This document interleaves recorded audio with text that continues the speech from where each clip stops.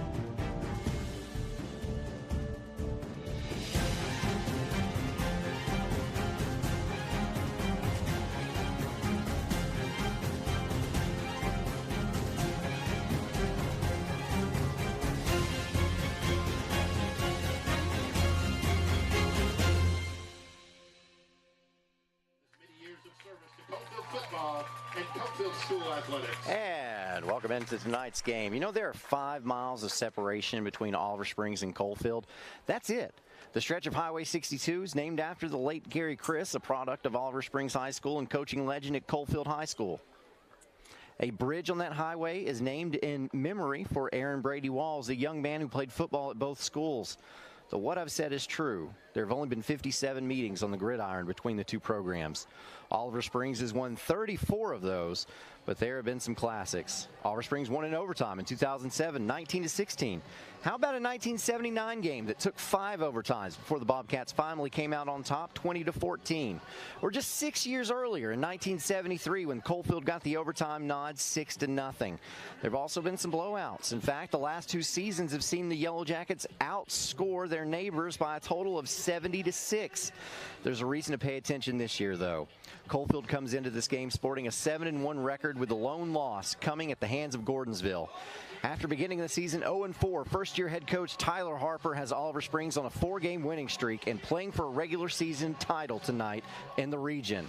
Both teams are undefeated, but only one will be able to say that after tonight, and we'll find out who that is on our OEB Law Game of the Week. Day or night, 24/7, someone will be there to answer and give you a free consultation and get to work on your case immediately. Call 865-546-1111 or visit that website, wreckintoacheck.com. Find everything you need. That's OEB Law. I'm Aaron Harvey, and I am once again joined by my farming football fanatic friend, Coach James Hoot Gibson. And we welcome you into tonight's Elaine Walden of East Tennessee Properties pregame show. Elaine is about to hit $8 million in sales just this year, all by herself. Yeah, she serves the residential land and commercial for buyers and sellers from the Cumberland Plateau over to the Smokies and the state line to state line, Chattanooga to Winfield. She has a 5-star review on Zillow. She's top 5 in sales for the company. She's number 3 last month. She's set to be the top producer this month. She closes. She is good at what she does. If you are in the market, if you're not happy with your current situation, you need to give Elaine Walden a phone call at 423-619-6748. Yeah, there you go. You heard it from him. You know, it's a classic matchup tonight with a lot on the line. You can't ask for more than that. No, you definitely can. This is normally a great rivalry that has a lot of history and big hits. Yeah, so they've not played as many times as some of these other schools with rivalries and histories, but you know what? They hate each other, and when they get on the field, you see it. There's a lot of passion in it. They respect each other, and it's always a fun game to watch. It really is, and like we stated to earlier, it's always provided a lot of excitement, a lot of big hits, big plays. So I'm expecting a big game here tonight. That's James Gibson. I'm Aaron Harvey. We've got to tell you about a couple things going on around the area tonight, and we'll also preview this game as well. But first, we're going to take a break. You're tuned in to the OEB Law Game of the Week. Football is back, and OEB Law is excited for a season full of big hits and those nail-biting near misses. If you've been injured, OEB Law will come to your defense. Call OEB Law and turn your wreck into a check.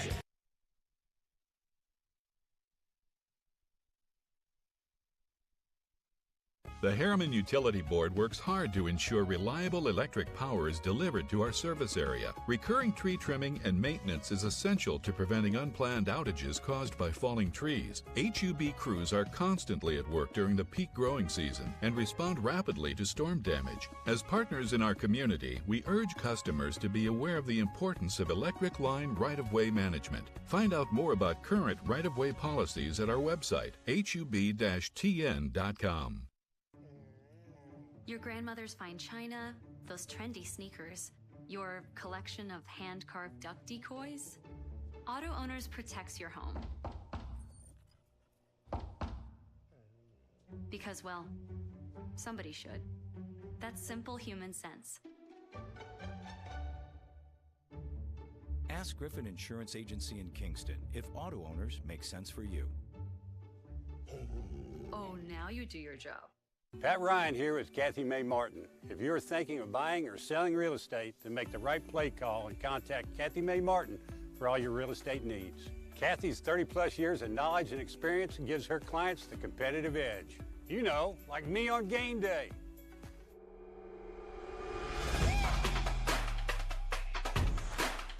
Kick is up and it's good. Kathy Mae Martin for all your real estate needs. When should you get tested for COVID-19? You have symptoms of COVID-19, such as runny nose, congestion, sore throat, fever, cough, shortness of breath, muscle pain, headache, chills, or loss of taste or smell. Current testing recommendations say everyone should get tested immediately if they have symptoms of COVID-19. If you have symptoms, be sure to follow recommendations about how long to stay home and away from others. For more information, visit our If You Are Sick or Test Positive webpage.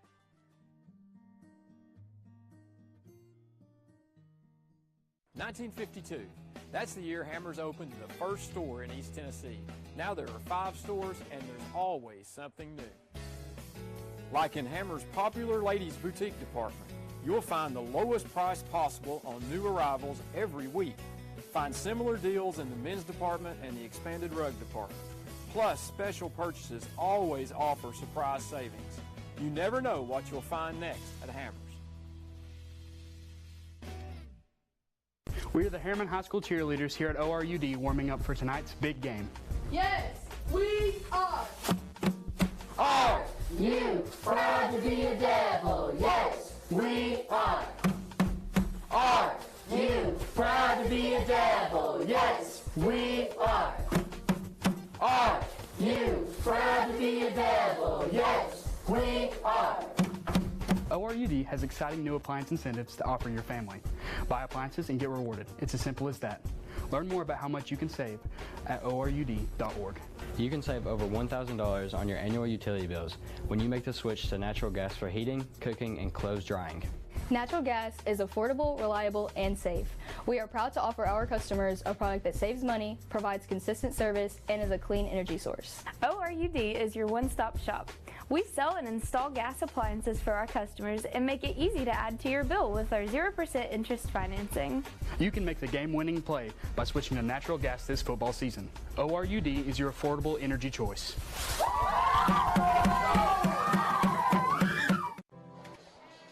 And And welcome back into your OEB Law Game of the Week, and welcome in again to the Elaine Walden of East Tennessee Properties pregame show. We've told you about Elaine all season long, and now we've got some updated numbers to give you, and she's about to hit $8 million in sales just for this year alone, and you're not going to make that many sales if you're not good at your job, and that's what Elaine is. She's good at her job. She will make you happy when she helps you buy a house, and she'll make you happy if she helps you sell a house.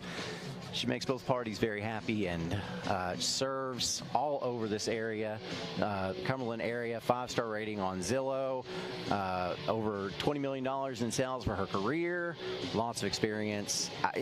What else can we say about Elaine Walden? Not much, Aaron. She's the best at what she does. If you're in need of any type of assistance in the world of real estate, commercial or residential, give her a call, guys. She can help you out. She absolutely can. And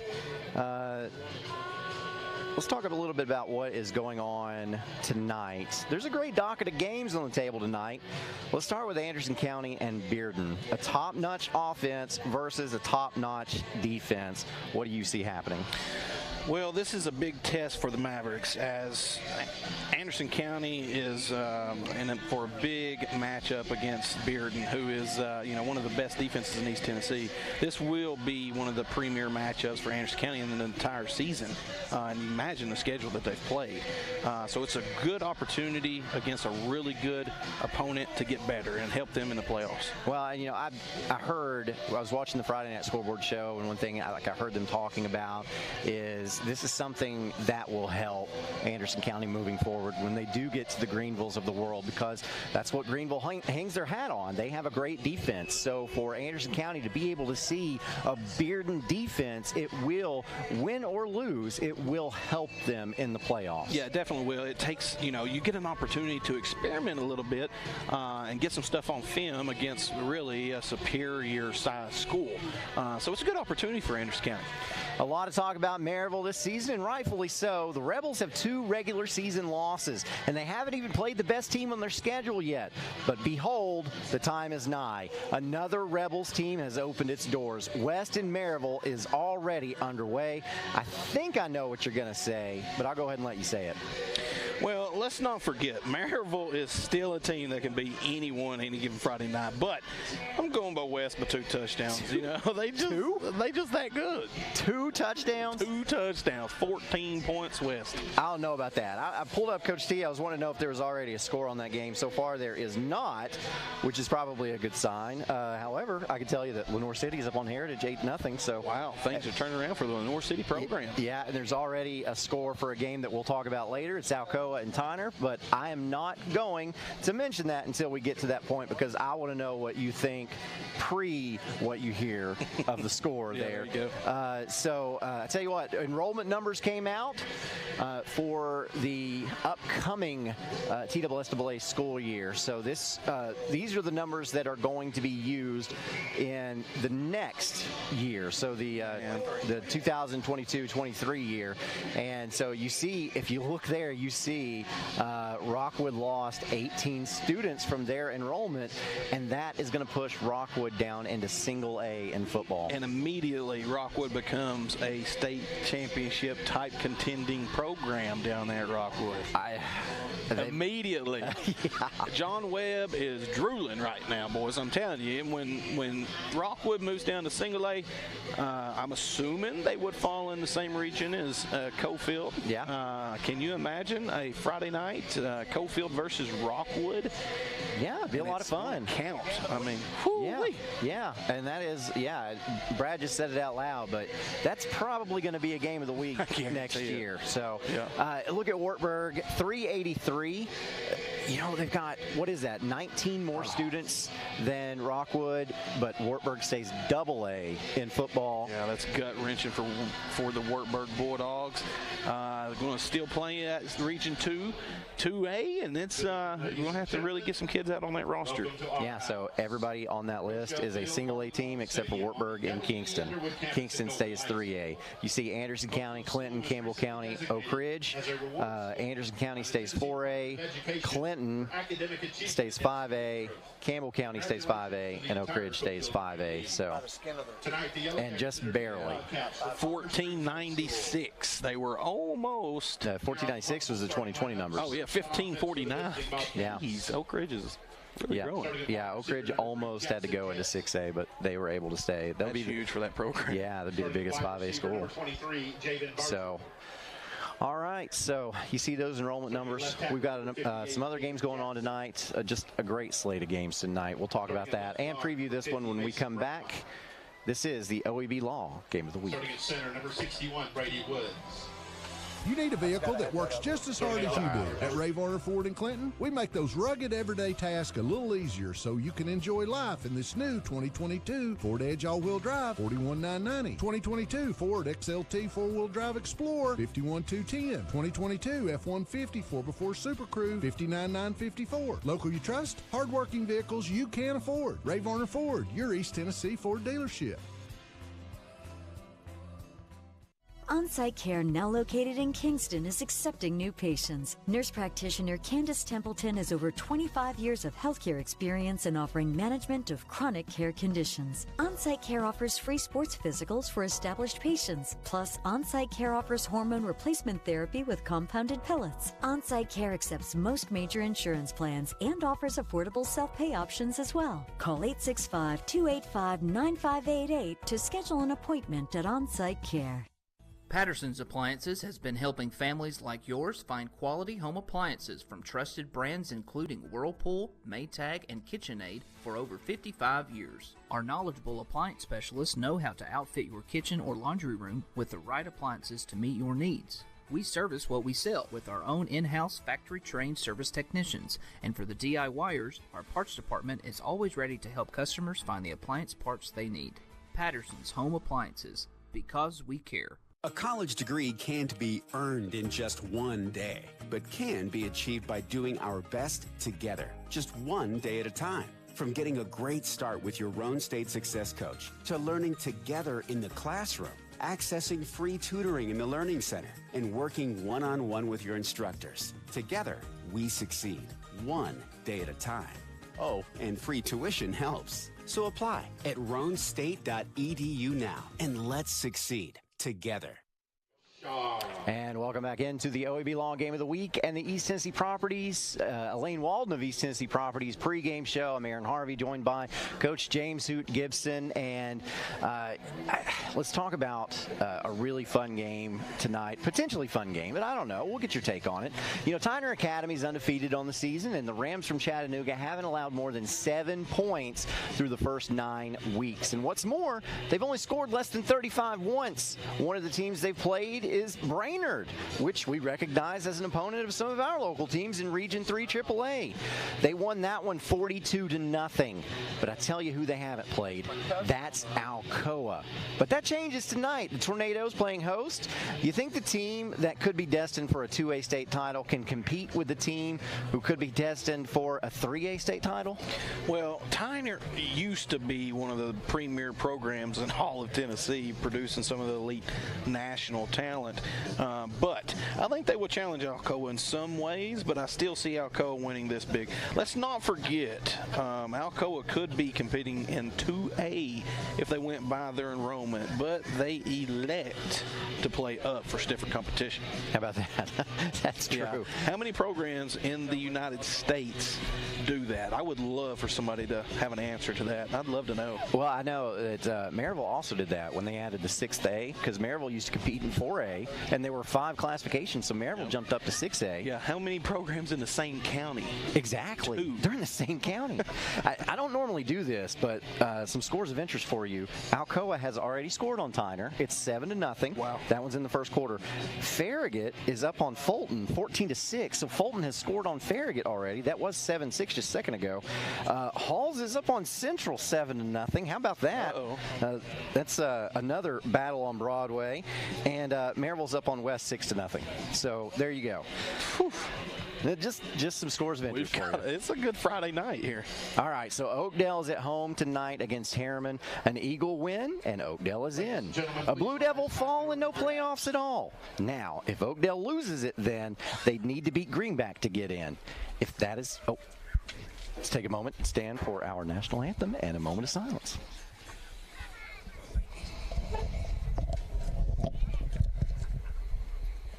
On October 12th, we lost a fine official, a man of integrity, a decorated veteran, and man of God in the passing of Joe Weaver. A Clinton native, Joe was a retired lieutenant colonel from the United States Army Special Operations Forces.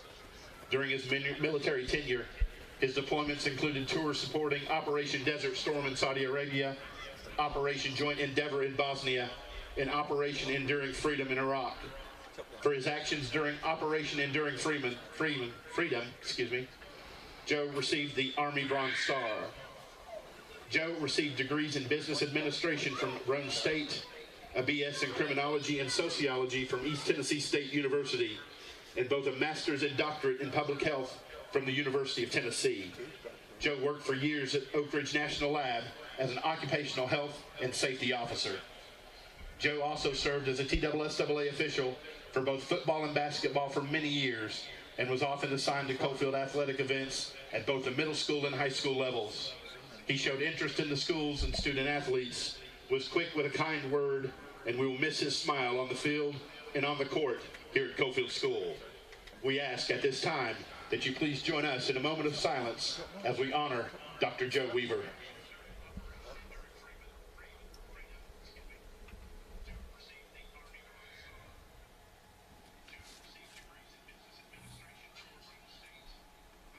Thank you. Please remain standing as we honor America, our veterans, and the servicemen and women who fight to keep her free with the presentation of our national anthem. Tonight's featured performer is Mrs. Sandy Sheldon. Oh, say, can you see by the dawn's early light what so proudly we hailed at the twilight's last gleaming, whose broad stripes and bright stars through the perilous fight o'er the ramparts we watched were so gallantly streaming. And the rocket's red glare, the bombs bursting in air, gave proof through the night that our flag was still there. Oh, say does that star-spangled banner yet wave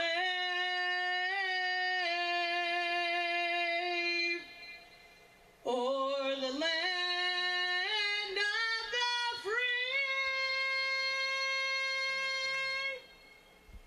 and the home of the brave.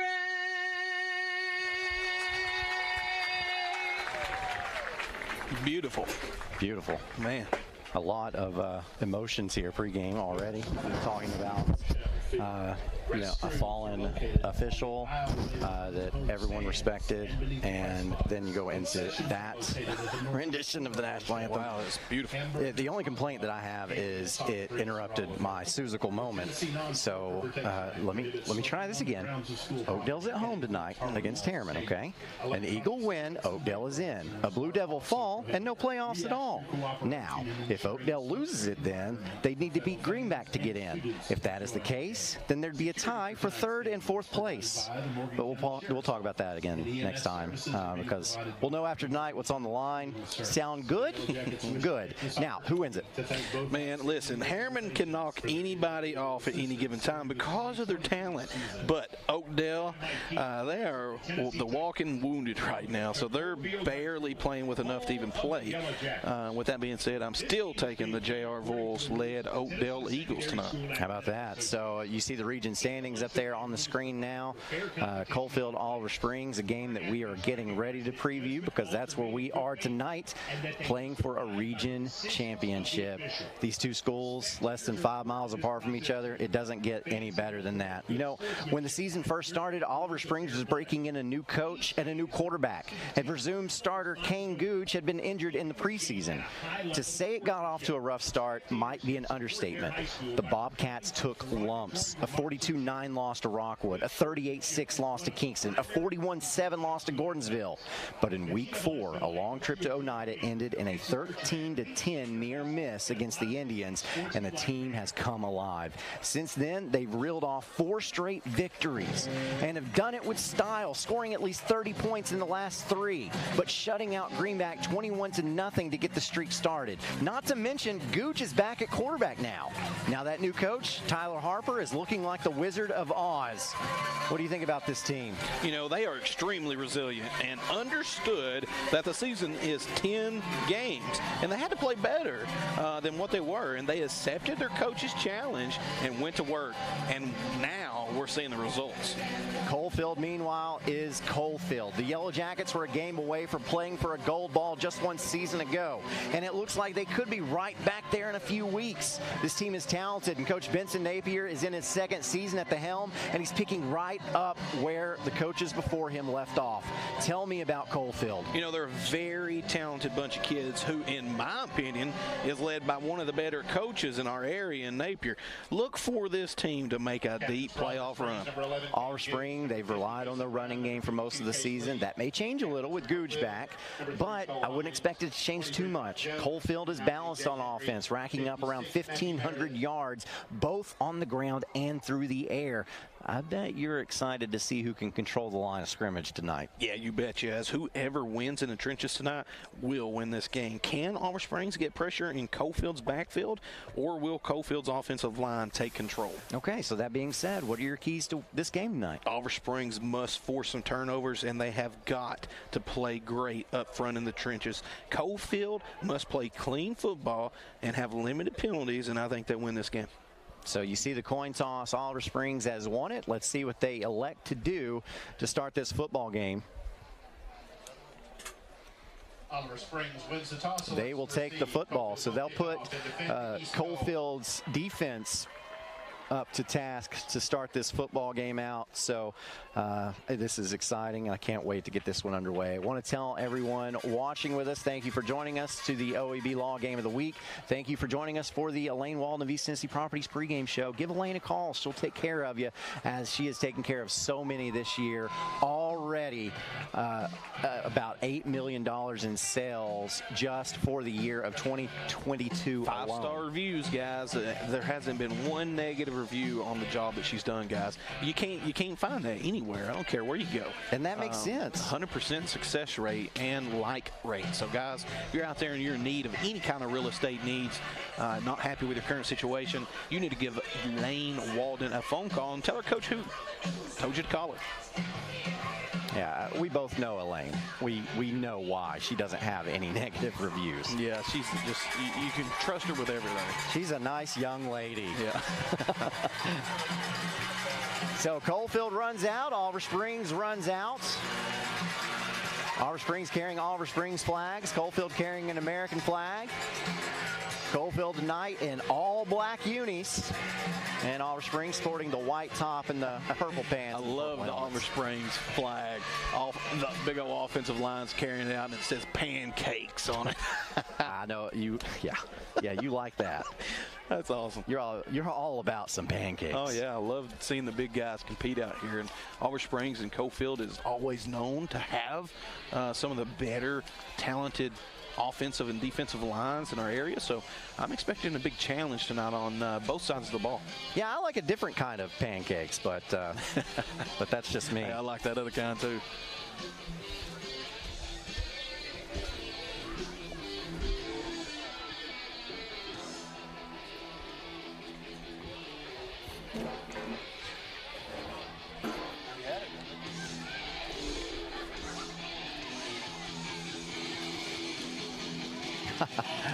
All right. Coach Gibson took my roster, and then he hid it under the table. Well, if the viewers at home could see this vision in front of us that Brad Jones is working with, they would pass out. They would. I've never seen so much technology in my life. For the Bobcats, number 3, Jackson Jets. It's complicated. People just don't realize how much it takes to bring this game to their house. So here it is. We're getting set for our kickoff tonight. Short kick. It's up, and it is, takes a bounce at the 20. Now finally picked up. And on the return, looks like Dawson Williford for Oliver Springs. At first by number 12, Trey Light. And that was the Davis Funeral Homes kickoff. Davis Funeral Homes with 2 locations to serve you in Wartburg and Harriman. Go to davisfuneralhomes.com to see how they can serve you, as Oliver Springs will have the Hammers first and 10 at the 24-yard line. If I remember correctly, they ran a lot of split back veer the last time that we seen them. Let's see what they do here tonight. And that's true, and they didn't have Kane Googe, so does that change a little bit? We'll see. Coalfield in a 5-man front. And a little handoff to a fullback to start the game, and that goes to Cole Jackson. Jackson up ahead. Quick pickup of about 4. Good start for Oliver Springs, makes it 2nd and 6. Big pickup there for the fullback. Hand it straight to the fullback, let him dive straight ahead. Offensive line of Oliver Springs is really getting a good push there on the first play. And we've got a stoppage in play for some reason. White Hat's looking at the clock.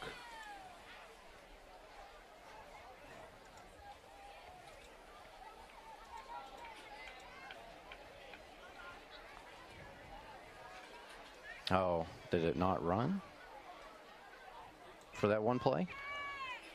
Well, you know that the runner was stopped, so the clock should have kept going anyway. So I'm guessing the clock didn't run for that play.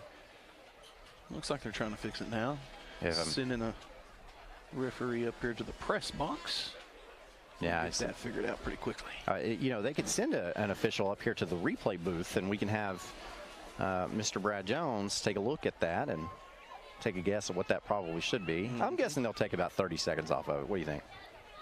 We'll see. He's definitely running up here. He's getting his hamstring workout for tonight. But what a ball game. What an atmosphere here tonight. Sold out crowd. I mean, people stretching all along the fence lines. Oliver Springs brought everybody. I think the whole town of Oliver Springs is here. So this is an exciting matchup between these two teams. And I'm glad that they're finally playing each other almost annually now. Yeah, there was a long stretch there where they didn't. Yeah, well, I think Oliver Springs was in 2A, correct, during that span? It was, yeah. And we want to say thank you to Sabre Beauchamp for sponsoring tonight. A Coalfield grad from the class of 1990 and 8, now serving the city of Oak Ridge.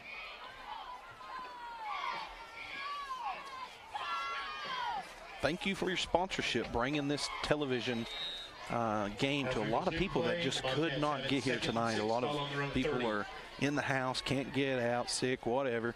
They can tune in and watch their loved ones play football. So thank you to all of our sponsors. Yep. And also thank you to Jason Stiltner, running for mayor of Oliver Springs. He says proven leadership is what he can provide. That's paid for by the candidate. And another handoff, this time going up the middle, and not much there. And I want to point out that that is not Kane Googe in at quarterback. That is Dakota Adkins, who has assumed the role all season long. So Googe not out there. So I don't know if maybe they feel like what they have with Adkins could be more beneficial against Coalfield, or if they're just trying to give different looks. Well, I'm sure it's just familiarity. I'm sure that this backup quarterback's played for several weeks, if I'm not mistaken, correct? Yeah. So he's probably got a better grasp of what they're doing right now, and they could always have a quick pull trigger on him as well. So on that play, it was Jackson Jett, picked up another 4 yards, makes it 3rd and 2 here. And another quick handoff up the middle. We'll have to see what they give him, but that's going to be really close to a first down. That's well across the first down marker. Big first down for the Oliver Springs Bobcats. Big push by the offensive line, as you see there. Yeah, and again, able to reach the second level of that Coalfield defense and picked up a big first down. First by number 51, yeah, Riley Brown. that's Cole Jackson on the carry. So just like that, Oliver Springs will have a Hammers first down. First and 10 Bobcats, ball on the 37. I love seeing Oliver Springs go back to the old school football like they used to run, and had a lot of success. When Oliver Springs was at its best, they were running the football. So Adkins under center. Jackson goes in motion, quick pitch out. And with some running room now for Coalfield, or I'm sorry, for Oliver Springs is Jackson Jett, but there are some flags on the play. And I'm assuming that's going to be a hold based on where those flags are. Big tackle that time, but number 5, Levi Heidel for Coalfield coming up there. Breaking down and getting a good tackle. So that's a negative play, and when you're doing what Oliver Springs is doing right now, Oliver Springs, it's one of those 3 yards in a cloud of dust type deals, so you don't want to get behind on the sticks. I'm just going to tell you, some of the best Oliver Springs teams I ever seen was in the early to mid 2000s under Frank Johnson there at Oliver Springs, and man, they came out running that football, and they always had a big fullback, big old strong running back, and you knew every year you was going to be in a challenge, and I liked seeing Oliver Springs go back to their old school roots. A loss of 12 because of the holding makes it 1st and 22. So now here is a handoff. Play by Coalfield there. Yeah, getting the handoff up the middle is Mason Day. And some extracurriculars after. Wow, that is impressive that there wasn't a penalty thrown there. I'm glad that they didn't. I like seeing it. Yeah. I mean, you know, that's how I played football. But nowadays they don't allow that much. Yeah. So that's good to see.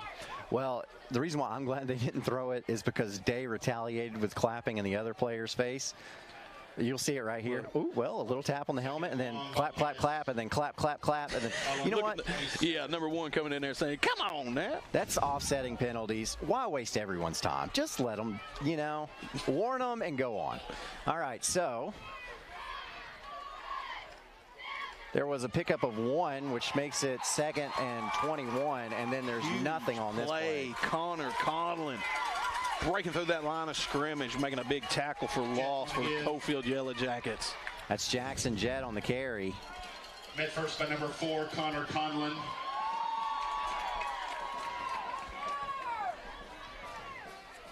And that's going to bring up 3rd and long. And now here, finally coming into the huddle, is Ken Googe. I'm not sure what was injured, but this ain't a good position to bring in your quarterback that hasn't had a lot of reps. So either throwing the ball along here, maybe use the distraction, try to throw some kind of screen play. Trips to the short side of the field. I'm guessing they feel like with the 2 quarterbacks, they can throw 2 different kinds of offenses Going out. to the single wide receiver side. And then Googe is under pressure. He has to go, roll out, and that pass is incomplete.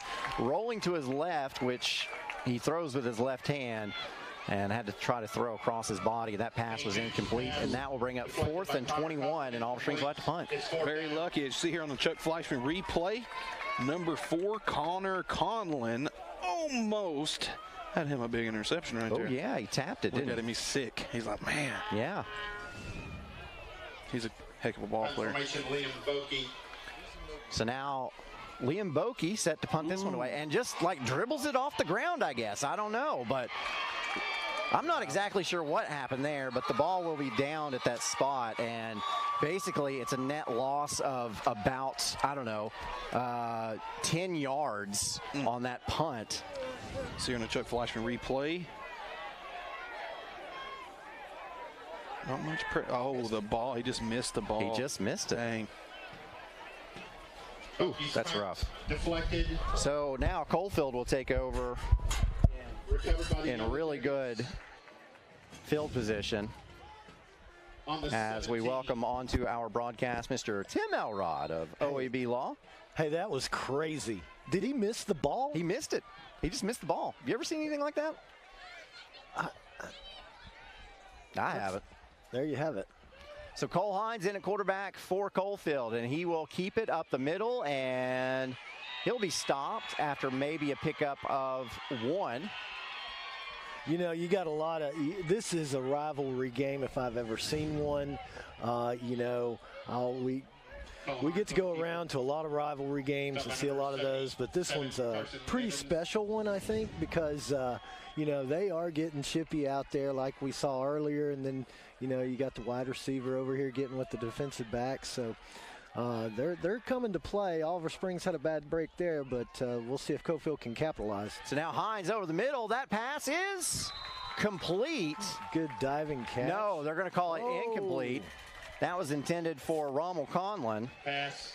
And who's the magic replay tonight for? Chuck Fleischman. Yeah, he's back. Yeah. I don't know. That's there. It hit the ground there at his knee. It looked like so. I don't know. I think he caught it. Yeah. But it doesn't matter what I think. It matters what those officials the think. referees don't have the benefit of replay. They've got to make those judgment calls, and they do the best job they can. So 3rd and 10 for Coalfield.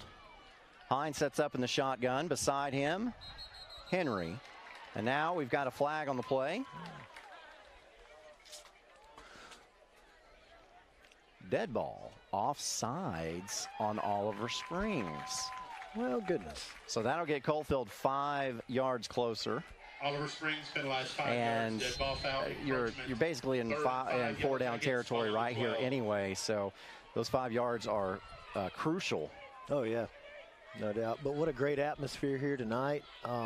You know, Oliver Springs and Coalfield is definitely turned out, and it's great to see all the fans enjoying some good fall weather. So this is definitely football time in Tennessee. And now we've got, it's going to be a timeout. This timeout brought to you by Patterson's Appliances. While you wait, visit pattersonsappliances.com to see what they can offer you.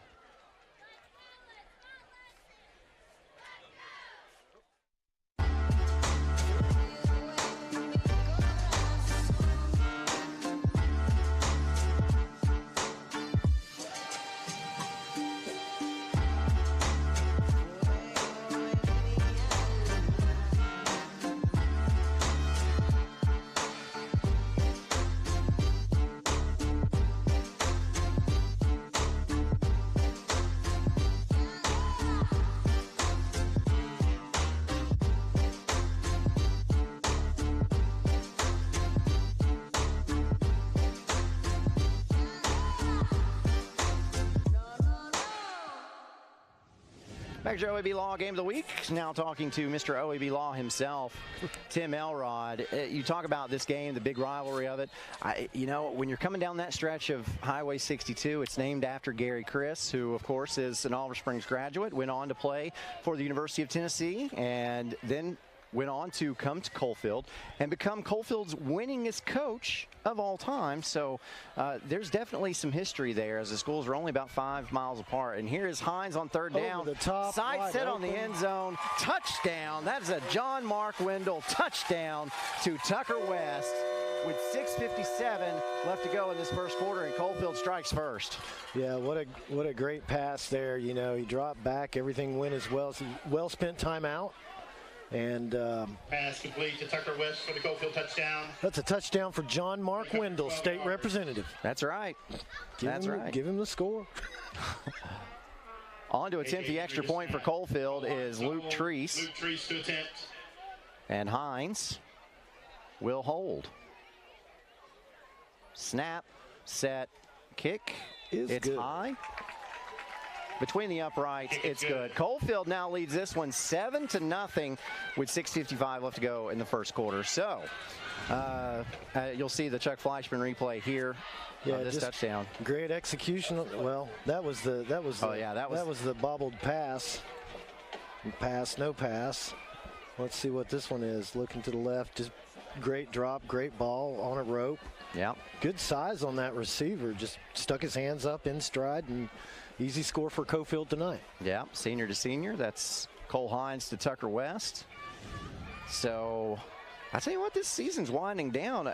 You've got Anderson County and Bearden tonight, and I know you've got that one on your mind. What are your thoughts? Well, I'll be honest with you. My thoughts are I hope we win. We're playing to win. I know that. But one thing's for sure, I just want to get out of that game injury-free. That's it. And I want to advance to the playoffs, and I want to see Greenville. There you go.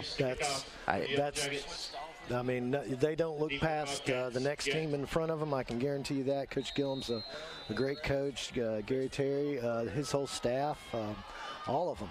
And they just, they're playing to their level right now. So Luke Trees with that Davis Funeral Homes kickoff, and it is taken by Jackson Jett, and Jett gets up the sidelines, and I don't see any flags on the play, so Oliver Springs will have great starting field position. That's a big momentum changer, you know. That'll give Oliver Springs a lot of momentum going to it. You know, I think before the game, I was getting some hot chocolate at the concession stand, and I ran into number 3's dad. And he was telling me about how young Oliver Springs is. They got 3 or 4 seniors, I don't know, but this is a young ball club. They're 4-4. Second, this is the district title, really. Yeah. It's on the line tonight, and it looks like both teams have come to play, and I hope number 3 has a good game. So, interestingly enough, here is a handoff that goes to Kane Googe. Googe loses 2 yards, and that'll bring up 2nd and 12. But you mentioned how young they are. Jackson Jett, the young man who just had that long kick return, just a freshman. Yeah. So, just a freshman. Oliver Springs is going to have things to work with in the coming years.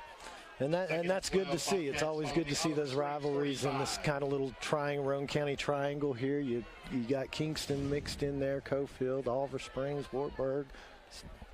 I'd love to see Sunbright do something, but one day. Yeah. It's hard for those schools. A school like Sunbright with just a couple hundred kids. You know, and it's all about the numbers. So. Yeah. Now here is Googe at quarterback, operates from the shotgun, hands the ball off, and Turf Monster gets Adkins. Boy, he was wanting to run too. He saw his hole. He just got tripped up the last second. Yeah, let's see this on this Chuck Fleischman replay. Yeah, it looked like he tripped himself up. Yeah. Tackle made by the 40-yard line, loss of 2, and that will make it 3rd and 14. So Oliver Springs facing another 3rd and long. Ball on the 43. So they're rotating quarterbacks in and out. Now it's Googe in the backfield, and Adkins will split out wide. 3 down low. Will Oliver Springs throw? And they will. And Googe looks wide open. Man is open. Takes a hit. That was a helmet-to-helmet hit right there. Look at that. That's fire in the belly. That is. That's Dakota Adkins. Let's go. That's some good football right there. Stop made on the play by Levi Heidel, but you'll see Googe number 5, in this Chuck Fleischman replay. And Coalfield got some pressure, but Googe able to get rid of that up the middle. Took the shot. That's helmet to helmet. You know, if that was pros or college, they'd be looking at that. Oh, yeah. But I don't think number 7 was affected in the least bit. So it is 4th and a long 1 for Oliver Springs trying to keep this drive alive. So in at quarterback this time is Adkins under center. See if he hands off to the fullback like he has done. Reminds me of a wishbone. He does hand off to his fullback, and this time Cole Jackson goes nowhere. Oh boy, they are playing tonight. I'll tell you what, it's always good to come to these games. Wow, you got coaches out there coaching, you got players playing. It's good to see it. That's you know, it's for the district, so let's play ball. It's great. Cole Jackson carries, tackled by the Hive. And no gain on the play, maybe half a yard. So now Coalfield will take over. Hammers first and 10. Ball spotted at the Yellow Jacket 44-yard line. Wow, that was a good spot on that. Oh, they turned it over. Yeah. Oh, that was fourth down. Wow, that was old. And we've got a flag that comes out late on the carry for Coalfield. Looked like Trey Lively. Roberts, the ball carrier, stopped by Adkins. Penalty marker on the play. Yeah, I would encourage any of our viewers, if you're ever around Roane County on a Friday night, just stop into any field and you're going to see a great ball game. My apologies. That's Eli Roberts on the carry. And a penalty flag was thrown. That's a holding on Coalfield. Holding. And that will move the ball back 10 yards, and it will be a Hammers first and 20 instead, as Hines will set up with 2 wide receivers on either side, and Colton Henry in the backfield with him. Coalfield spreading them out. That's a double stacked on both sides. And yeah, and I believe we got some movement. Got some movement. Couldn't get it done. So we'll look at Mr. Whitehat, see what he says. I don't think the down and distance will make much of a difference in the play call. They should run probably the same play. False start on Coalfield, which puts them back another 5 yards, and that'll make it a Hammers first and 25. Under 4 minutes left to play this first quarter. Jackets, ball on their own 30. Looks like they've changed the formation a little bit. But yeah, stacked wide receivers at the top side of your screen. Here's Hines, rolls back. Plenty of time. Now he's going to take off and run. Crosses the 30, makes the man miss. Gets to the 42, and flags come out late. Cole Hines keeps penalty markers on the play. Met first by Nivens. Seems like we've had some. See if Chuck Fleischman can tell us what this is. Oh, got through, late hit, no. Maybe a late hit, maybe a late hit. That's what it is. Oh, yeah. It's a late hit right there, as you'll see. Yeah, but, you know, again, if we're watching the college or pro, they're going to look at that and say, well, he's not a defensive runner. He's running up. There shouldn't be a flag on that. It's a good tackle. Well, it was Drew Tippins that hit him late, and because of that, it takes Coalfield from probably, I don't know, a second and 11 to now a Hammers first and 10 after having a Hammers first and 25. And now we've got another stoppage in play. I think we got a timeout. Yeah, Oliver Springs is going to take a timeout. This timeout brought to you by Patterson's Appliance. Thank you for your support over 55 years, they say. So, Mr. Elrod, let's go ahead and send you on your merry way so you can go enjoy this one, but not without first saying thank you for everything that you do. But where are we going next week? We will be at Midway next week. Midway. This Oliver Springs Bobcats team will be in town. What is that, the Emerald Forest? Is that what they call that? That's it. Okay. South of the river.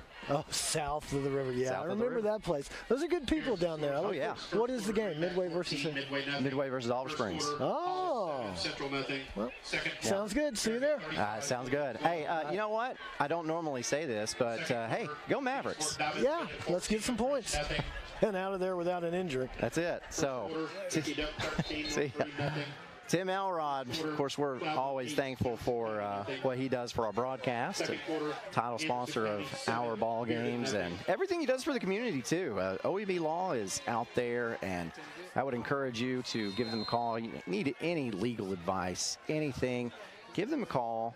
If you need more information, go to recintoacheck.com. That's easy to remember. As it is a Hammers first and 10, Hines in the backfield. Hands off to Henry. Henry is slowed up, but keeps going and gets across the 35-yard line, maybe down to the 34-yard line. And man, you can't arm tackle that guy.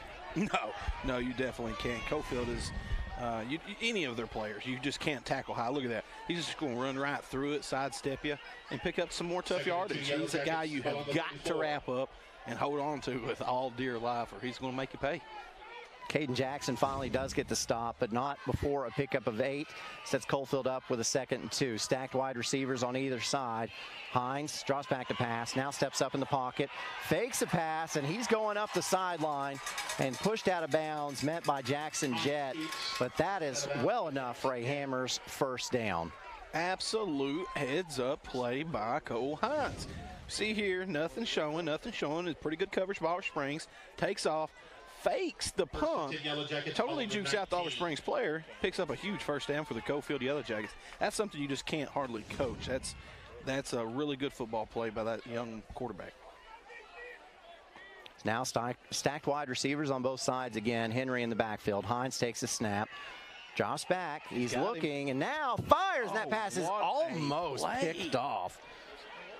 And that's Cooper Jones on the coverage for Oliver Springs. That's an impressive play for an inside linebacker to cover that much ground. That's a freshman for the Oliver Springs Bobcats, but they've got themselves a good one. Yeah, I mean that's a heads-up play. You're talking about the center field for an inside linebacker to cover a number 2 wide receiver. That's attaboy sent his way. So that brings up 2nd and 10. Look for the middle of the field to be open here. Hines again. Now he's just going to take off with it and tripped up. Cole Hines on the draw. That is Cole Jackson on the stop. Number 1, Cole Jackson. But even just, it didn't look like he got a lot on that play, but he picked up 5 yards. And that you see on the Chuck Fleischman replay. And 5 Yellow Jackets. Yeah, and Oliver Springs was giving the entire middle of the field away, but they were trying to keep them from coming into the middle of the field. Cole Hines recognized it, said, nothing's there. I'm going to pick it up with my feet. Single coverage, top of your screen. Hines just flips it out to a wide out, and that goes to Tucker West. And West is taken out of bounds. And he will be shy by a couple yards of that first down marker. And that'll bring up 4th and a long 2. You see on that Chuck Fleischman replay. Really good hands catch by the wide receiver. A lot of times high school football, you'll see that wide receiver try to catch that ball in the chest. And he caught that ball with his hands. Had eye contact on the football all the way to the sweet spot. That's a big 4th down call here for Oliver Springs. Watch for hard count. Hines sends Roberts in motion. Hines, he's going to pass. He's under a lot of pressure, and he has to try to get rid of it. Look who it is. And a flag is thrown. That will be intentional grounding. That will be a loss of a down, and Oliver Springs will take over on downs. Kane Googe coming in strong for the Oliver Springs Bobcats. Coming off the side. Put a little rush on the quarterback. Huge sack. Got a big penalty as well. And that's huge for Oliver Springs. And they're going to wave the flag off, but it doesn't matter because that's an incomplete pass, and it'll still be a turnover on downs.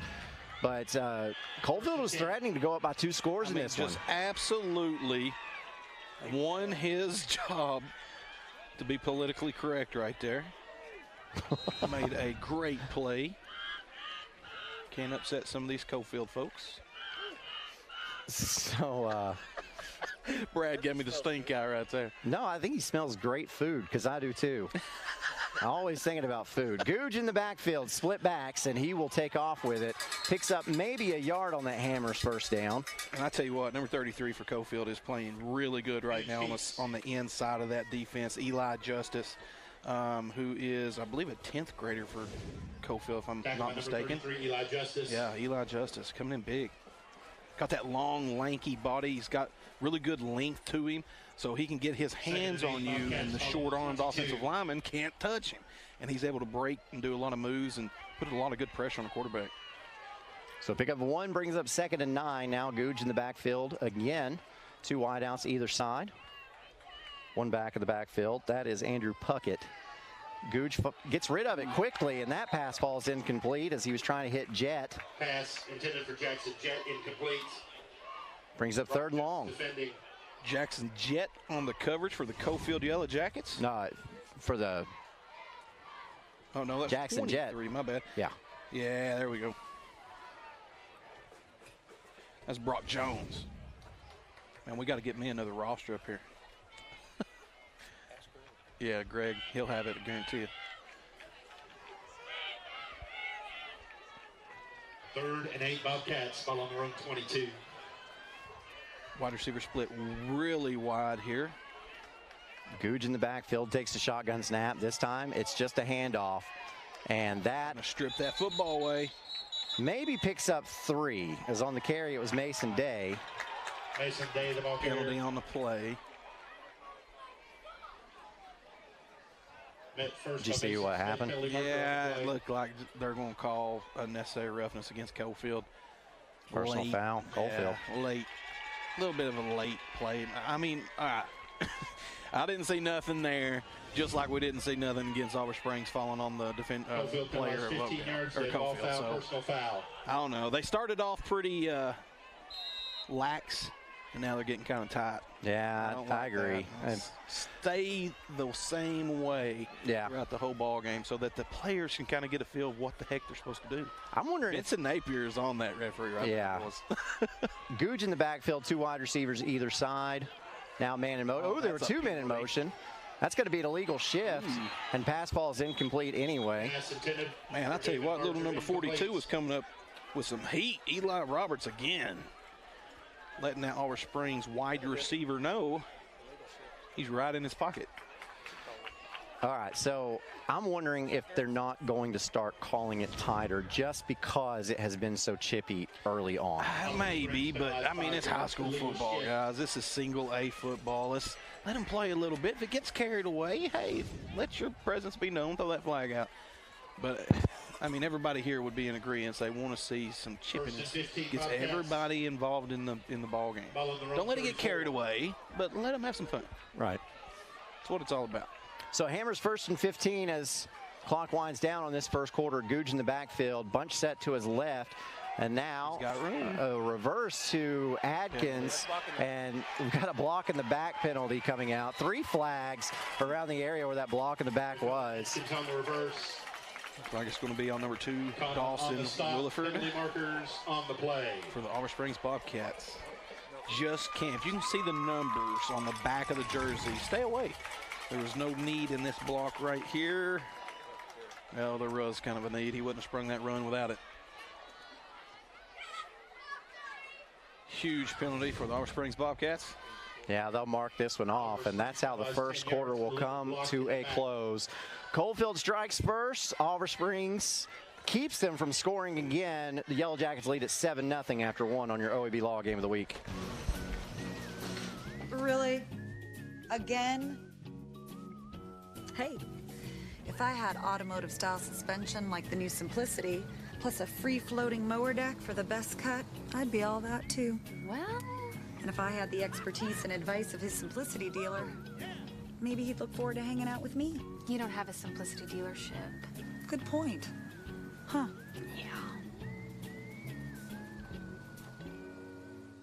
Evans Mortuary has been serving the needs of families in and around Roane County since 1976.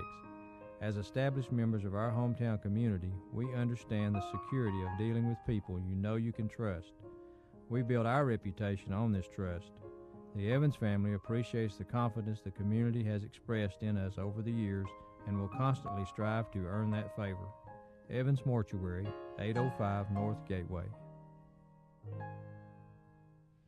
Out of your way. Back to your OEB Law Game of the Week. Aaron Harvey, Coach James Gibson with you as we will start the second quarter with Oliver Springs backed up very, very far. They've got to make it to the 49, and the ball is spotted on the 20. That's easy math to do. It is 1st and 29 for Oliver Springs. Seeing Logan Fagnet there on the screen, former Oak Ridge starting quarterback. Threw a lot of touchdown passes to T. Higgins. And Googe being pursued as he rolls to his left. Lets it go finally, and that pass is? Catch.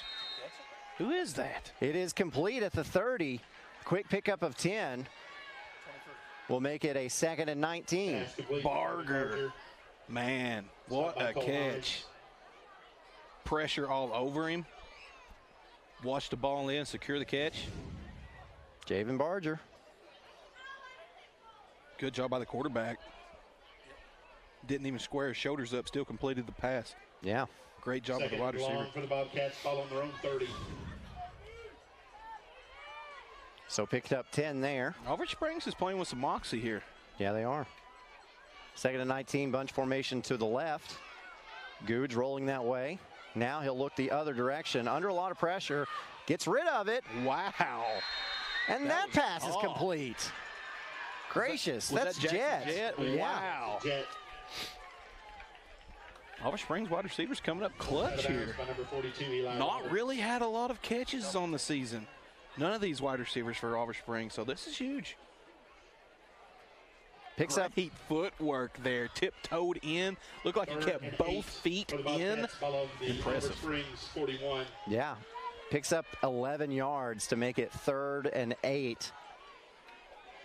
A short 8, a long 9. Coalfield coming out in a 3-man front.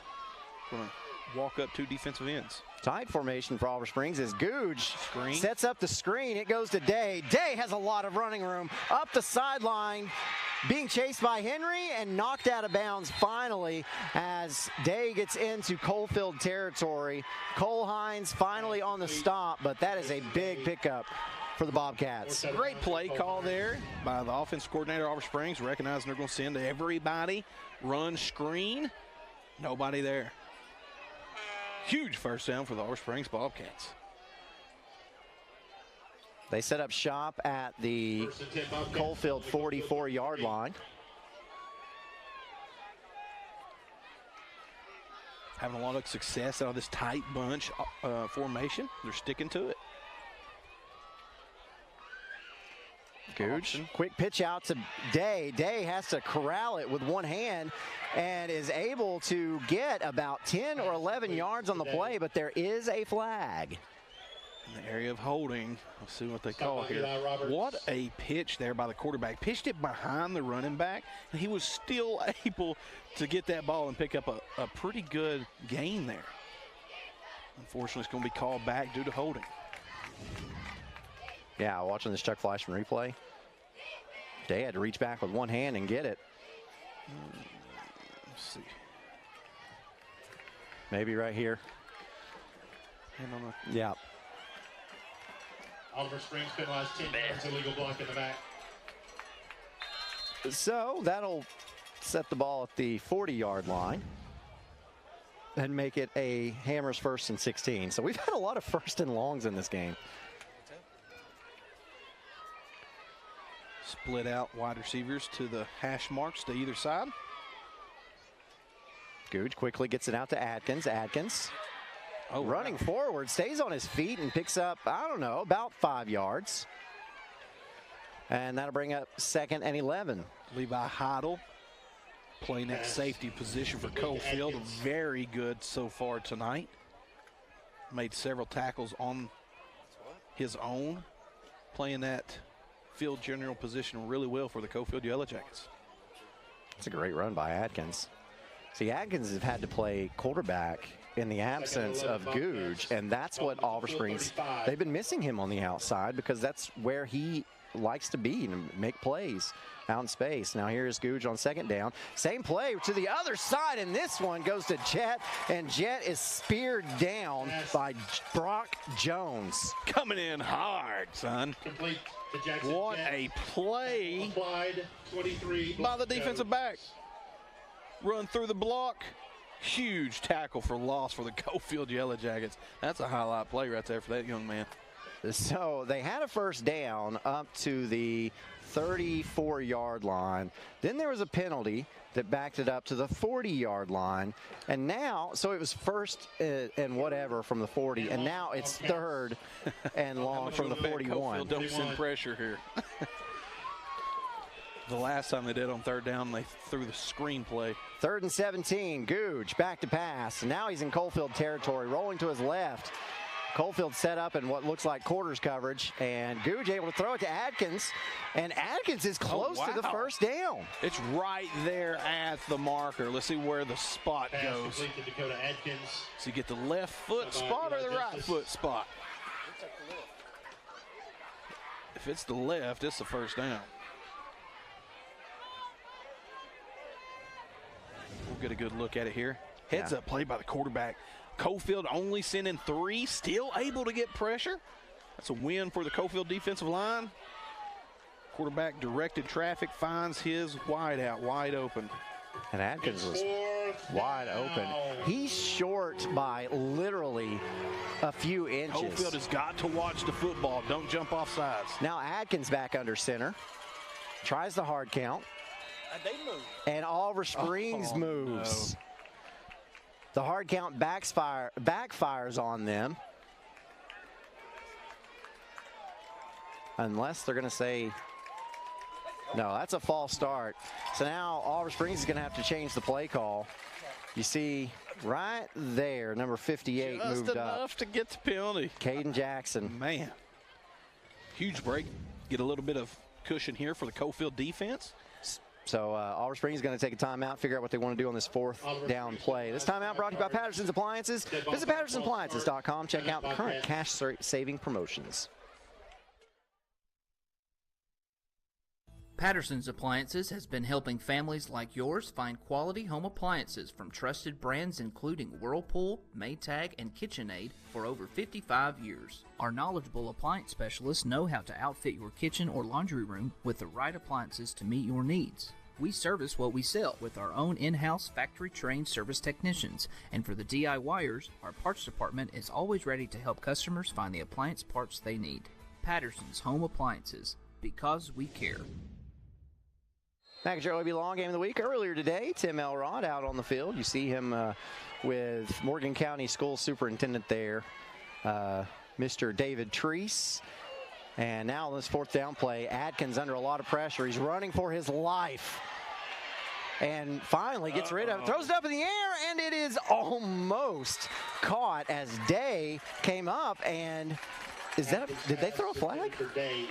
No, they didn't. Mason Day playing defensive back right there at the wide receiver position prevented that from being an interception. Yeah, so they put Adkins in there. Normally, Googe is their throwing quarterback. I don't know if they were just trying to catch Coalfield sleeping or expecting a run, but Day comes back on that thing and almost made a play on it. But as it stands, Coalfield takes over. They say, you know, it's a game of inches, and Oliver Springs was not able to pick up that first down by a couple inches. And then you have the offsides penalty, moves it back 5 yards. And you got to clean stuff like that up in this ball game. So now we have an unsportsmanlike conduct penalty on Oliver Springs after the play, and that will give Coalfield another 15 yards. So the ball will be spotted at the Yellow Jacket 44-yard line. Sportsmanlike conduct.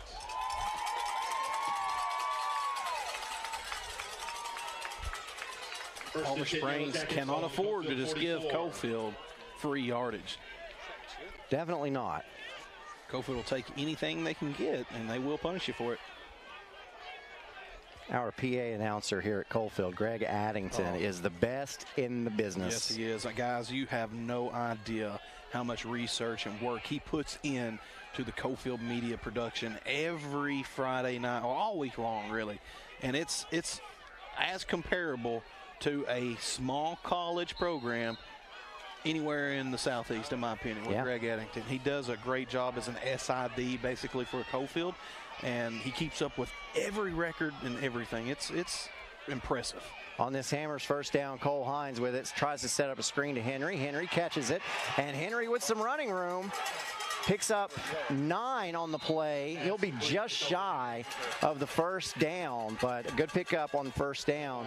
But, you know, talking about Greg Addington, he does all that research, and then he shows up on Friday nights, gets behind the microphone, and he does top notch at that too. That's the difference. You know, it takes people like that to have success. So not only are the kids out here playing and playing at a high level, but you're surrounded by people who truly love this program and dedicate so much time and energy to it for free. And I'm telling you guys, he's doing a better job than most small college SIDs across the Southeast United States, I promise you. And it's impressive. A lot of programs need to probably need to visit Mr. Greg Addington and pick up on some things that he's doing. Second and short, a wide receiver screen to Rommel Conlon, and Conlon is upfield, still on his feet, and finally gang tackled down at about the 10-yard line. Rooting and scooting. Had his eyes on the end zone, refusing to go down.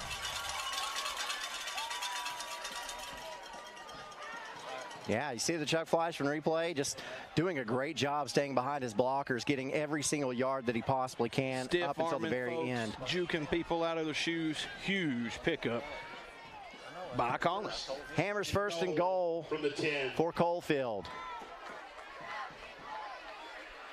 Getting a play from the sidelines. Coach seeing something he liked. Audible to a different play. Hines with Henry in the backfield with him. 2 wide outs either side. Now Henry will move to his right. 8 seconds on the play clock. Sends a man in motion. A lot of room. That's Jones. Corners of the end zone. Here's a snap, and Hines is just going to keep it himself, and why not? He marches into the end zone for a John Mark Wendell touchdown, Coalfield. John Mark Wendell, an independent voice for conservative values. Gets his mug up on the screen as Coalfield tacks 6 more. Cole Hines scores. With 6:34 left to go in the first half. Great job by this offensive line. Look at number 54 there of Coalfield still in that right side to allow his quarterback to run on the right side of the screen, picking up the big touchdown. Number 54 of Coalfield, Mason Smith. Excellent blocking there. Now on to attempt the extra point is Luke Treese. That's a penalty. And Treese is hit. So he plays dead, like he got Petrificus Totalis. Now that for my Harry Potter fans out there. Foul, if I'm not mistaken, correct? I believe so. And that was on number 56 of Oliver Springs. Let's see what happens after. Yeah. And I think that's his second personal foul penalty. Because he fell on the offensive player of Coalfield earlier, and they threw the flag, and I'm pretty sure that was a personal foul. Okay. So Coalfield tacks on the extra point, and now the Yellow Jackets lead at 14-0 with 6:33 left to go in the first half here at Coalfield. Football is back, and OEB Law is excited for a season full of big hits and those nail-biting near misses. If you've been injured, OEB Law will come to your defense. Call OEB Law and turn your wreck into a check. And welcome back to the OEB Law Game of the Week. As Treese will get set to kick this one off for his 3rd time tonight. And this kickoff will be brought to you by Davis Funeral Home, with 2 locations to serve you in Harriman and in Wartburg. Make sure you check out davisfuneralhomes.com. See what they can do for you. Give them a call, 865-882-2000 or 423-346-2011. So after the penalty, the ball is spotted at the Coalfield 45-yard line, and Treese might try to kick this one through the uprights. And luckily for Jet, that does roll into the end zone for a touchback. So Oliver Springs will take over on the Bobcat 20-yard line with the Hammers 1st and 10. Oliver Springs coaching staff led by Tyler Harper, who is also the offensive coordinator. Todd Tinker is the defensive coordinator. Tony Kegley, Jason Robbins, Brandon Toomey, and Wendell Jones is all assistants on this Oliver Springs Bobcat football team.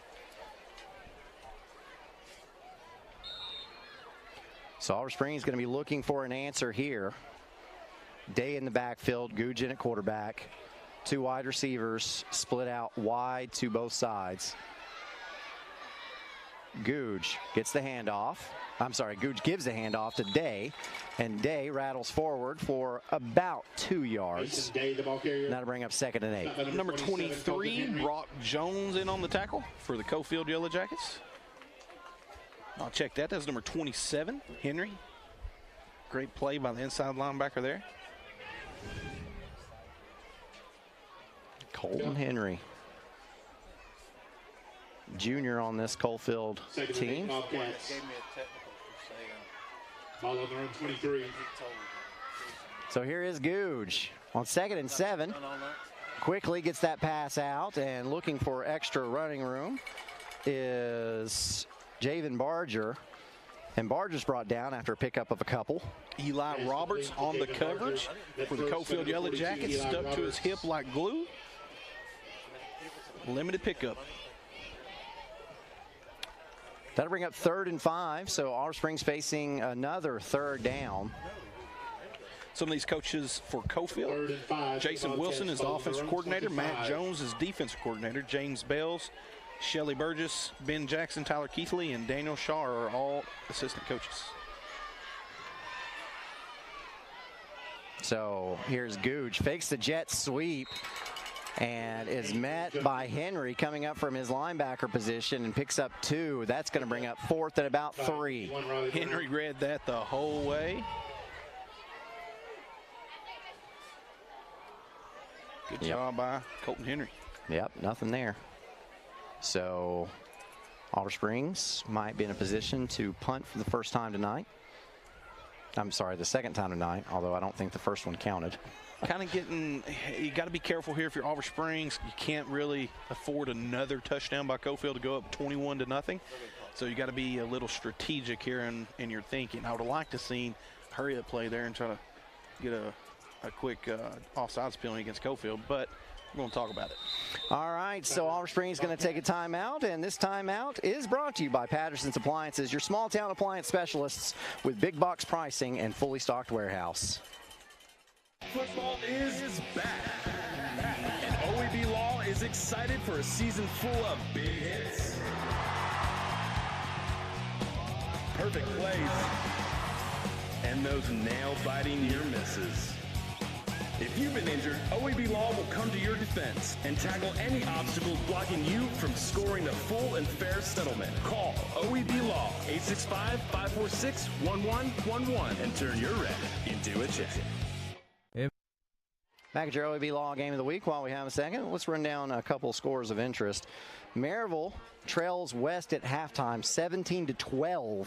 That's a really odd score. How about Anderson County up on Bearden late into the second quarter, 14-7. Wow. And at halftime, Alcoa leads over Tyner Academy, 7-0. Got a ball game. Alcoa's in for it right now. That's tight. That's tighter than was Maryville. So Coalfield not going to send anybody deep as Liam Bokey kicks this one. And it gets a great roll for Oliver Springs and finally is down between the 31 and 30-yard line. And as we say, a big thank you to Sabre Beauchamp for being a sponsor of tonight's game from that Coalfield class of 19 and 98. That was a good year, wasn't it? Oh, man, it was a great year. Ask Philip Fulmer over at Tennessee. Yeah. Also want to say thank you to MBM Heating and Air. Get your HVAC service now. I've got a buddy at work who it gets cold, he turns on his heat, and guess what? It goes out. That's the worst thing that can possibly happen. That's why you want to give Reagan a call, 865-771-2620. They'll come out, have it serviced immediately, and they'll take care of you. So we've got a new quarterback in now. It's Treese, and Treese immediately looks downfield and finds Tucker West. And West cannot make his man miss as he's tackled by Dakota Adkins, but not before a major pickup of about 40 yards. Man, I tell you what, Luke Treese can slang the football. He is one impressive athlete. I know he's all-everything baseball player, but I'm going to tell you what, now, he really does have a tight release. Very baseball release, but. And now fires this one out to Eli Roberts, and Roberts drops it, so that'll bring up 2nd and 10. But is this surprising? Is Cole Hines? No, I've heard Benson Napier talk about wanting to get him some more reps to, bring a different element a little bit to the game. He just needs more reps because he's a very good quarterback, and you're going to need your second stringer. So you see there on that check flash and replay, it's just a little drop there. Treese, the heir apparent, a sophomore for this Coalfield team, takes over in the second quarter, drops back to pass, sets up the screen to Henry. Henry running full steam ahead, making guys miss all over the place before he's finally tackled about the 21-yard line. That's well enough for a Hammers 1st and 10. By number 4, Nick Johnson, and you'll see on the Chuck Fleischman replay, it don't look much, but you see how hard he was able to throw this ball, and he's hopping backwards and will still have enough arm strength to throw a dart to Henry right there. That's really impressive arm strength by the Coalfield quarterback. This time stacked wide receivers, but they send Roberts in motion, fake the jet sweep to him. Treese looks for the end zone, nobody there. So now he's looking for West over the middle, and that pass is actually caught by Rommel Conlon. That's a John Mark Wendell touchdown, Coalfield. Yeah, Woo. I think West is mad right now. I am too. I was watching West the whole way. He looked wide open. He's like, come on, Rommel. Rommel making plays everywhere. That's my 6 points, Rommel. He said, no, it's mine, dog. Yeah, you'll see this Chuck Fleischman replay. We saw West break open on this late post. And so did Treese. I don't care what he says. And 14, Conlon coming up, the big senior. What a way to have a heck of a ball game. He's having a heck of a ball game for Coalfield tonight. I don't know what his stats are, but they're on fire. He's having a heck of a career for Coalfield, and now Coalfield. It's been fun to watch. Coalfield's not going to be able to get this snap off. Oh, Treese, who just threw a touchdown pass, didn't come in to kick the extra point, so didn't want to finish it up. So all right. Hey, he's excited, man. Oh, he was switching shoes to his kicking shoe. Oh, that is a disadvantage. That is a disadvantage. If he's going to play quarterback and kick at the same time. He's going to have to learn to kick with just a normal cleat. Or he's going to have to play quarterback in a kicking shoe. I don't know. He's got that old school golden toe, the square toe. He'll kick you a mile a bit. Look at that. Yeah, that extra point is up. Oh! Got a little bit of late scuffles there, but Mr. Whitehat's reaching for a flag. I don't know if he's going to throw it. You know, they let certain things go, and then they, you know, that's what makes it look people aggravated. Yeah, I agree. You know, if you call it evenly the whole way. Hey, you just saw it at a screen there, so you couldn't really tell what was going on, but. Just out of screen. I wasn't lying when I said in pregame that these two schools hate each other. Oh, yeah. Well, these kids have been playing each other since they were 5 years old. Yeah. You know, every Saturday playing each other, basketball, baseball. Yeah. They know each other personally. Yeah, and you know what? When the game's over, they're going to slap hands, and then they're going to be friends. But they're fierce competitors right now. As Jason Stiltner, a proud sponsor of tonight's game, he's running for mayor for the town of Oliver Springs, proven leadership, and that is paid for by the candidate. I want to say thank you to Mr. Stiltner for being a part of this one. And just like that, it's 21-0 Coalfield. With 3 minutes exactly left to go in this first half. So here is the kick, brought to you by Davis Funeral Homes of Wartburg and Harriman, and Jet takes that at about the 16-yard line. Jet reverses his field, and he is going to be met first by Eli Roberts and finally brought down. Jackson Jet on the return. At the 22-yard line, so that's where Coalfield, or Oliver Springs rather, will have the Hammers 1st and 10. Big stiff arm there by the kick returner. Picked up some tough yardage there for the Oliver Springs Bobcats. The freshman Jet, and they give him the 23. So Oliver Springs has 2:51 left to go in this first half. If you remember, they won the toss. They elected to receive, so you don't want to give the ball back to Coalfield and give them an opportunity to score. No, because Coalfield can score in just a couple seconds, as you've seen earlier. So Oliver Springs has got to have more success offensively to slow down this Coalfield offense. Here's Googe, split backs, and giving the handoff to Mason Day. Day tries to find running room around his right side, and he will pick up 2, but that's it. What a move by Day there. Planted that foot. Laid a really good juke move on the Coalfield linebacker. Yeah, you'll see this on the Chuck Fleischman replay, and then Coalfield is going to take a timeout. And this timeout is brought to you by Patterson's Appliances. Save with scratch and dent appliances at our Rockwood outlet store.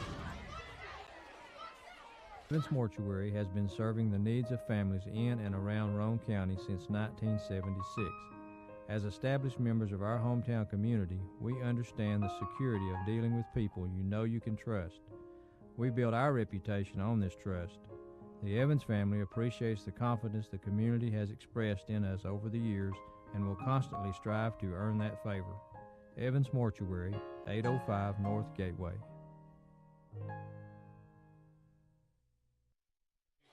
And back to OEB Law Game of the week. Aaron Harvey, Coach James Gibson. It is Coalfield leading over Oliver Springs for a region championship. 21-0 with 2:40 left to go in this first half.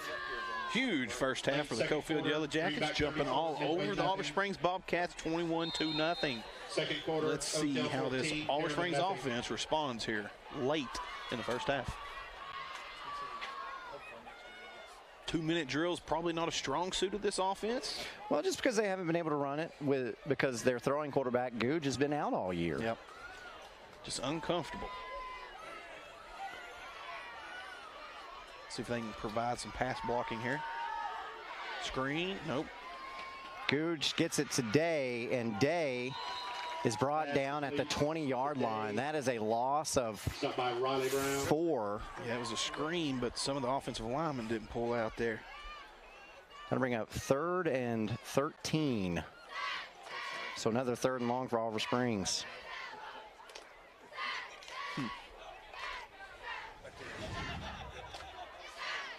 Clock running. A lot of time clicking off. You got to figure if Coalfield gets a stop here, they'll call a timeout. It's 3rd and 13. Now this is danger territory here, so these defensive backs at Coalfield is going to have eyes the size of saucer plates. So the quarterback's got to be careful. Googe in the backfield all by himself, looks downfield, steps up in the pocket now, throws it downfield, and that pass is over the head of his intended target that time, trying to hit Javen Barger. And that'll bring up 4th and 13, and Coalfield doesn't have to call a timeout. Clock stopped at 1:38 with that incomplete pass. It's 4th down. And you can tell that they're just uncomfortable there, not being able to practice a lot due to injury. So here's Liam Bokey. Roberts. Huge opportunity here for Coalfield to pick up a lot of yardage on this punt. And especially now. Is it false start?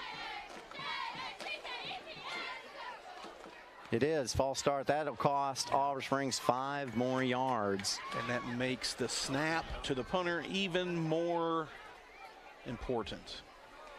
Oliver Springs. Consequential is the word that you were looking for there. It just takes a little bit of a high snap, and we've got another touchdown. So, that was Bokey able to get the snap, kicks it downfield this time.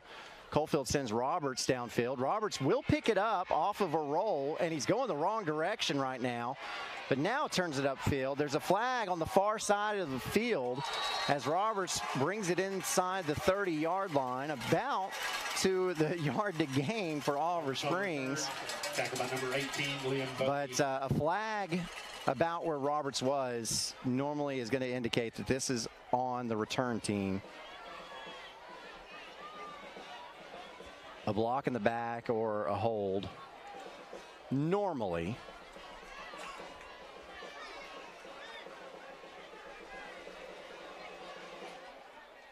Penalty marker on the play. Against Coalfield here. I seen Cole Hines do something really good. It was a heads-up play by an older football player. Number 3, he runs in front of the defender and puts his hands up, so he blocks. That was the penalty, wasn't it? Yeah. So he blocks with his hands in the air without throwing a block and picking up a big penalty. You see him here? Oh, yeah. That's a heads-up play. That's a college football play. You know what? That's also a basketball play. And Hines is a good basketball player himself. You might know his mother. She goes by the name of Carmen. Well known in these parts. 45. So here is Hines, sends Roberts in motion from left to right. Hines back to pass. He's got a man. Yeah, and that's Roberts, and Roberts gets the completion, and he's pushed down at the 35-yard line. Jackson Jett on the coverage for the Oliver Springs Bobcats. Just easy pitch and catch for the Coalfield Yellow Jackets. Clock still moving. Beautiful route by Roberts here. That number 2 wide receiver streaking across the middle of the screen beats the safety on the play. Good ball. And Roberts was tackled inbounds. And we've got a flag. Have to be moving against Coalfield. Yeah, false start Coalfield. That'll cost them 5 yards. Ball will move back to about the 41-yard line. Yards, dead ball foul, false start. Coalfield offensive line really doing a good job of dictating pressure on their quarterback, preventing as much as possible. Stacked wide receivers either side for Hines as he takes this snap, steps up in the pocket, throws it across his body. That pass is complete. What a pass by Hines, throwing across his body and getting up inside the 20. And flags go flying as that was Levi Heidel. Levi Heidel, who's had a heck of a ball game tonight. I think he might have just picked up a penalty there. Maybe it might have been on Oliver Springs. We'll see. I believe it was. I believe it was an extra. It was a little bit of extra stuff after the play. Yep. Must have been 58. Oliver Springs penalized half the distance to the goal. Got ball foul, personal foul.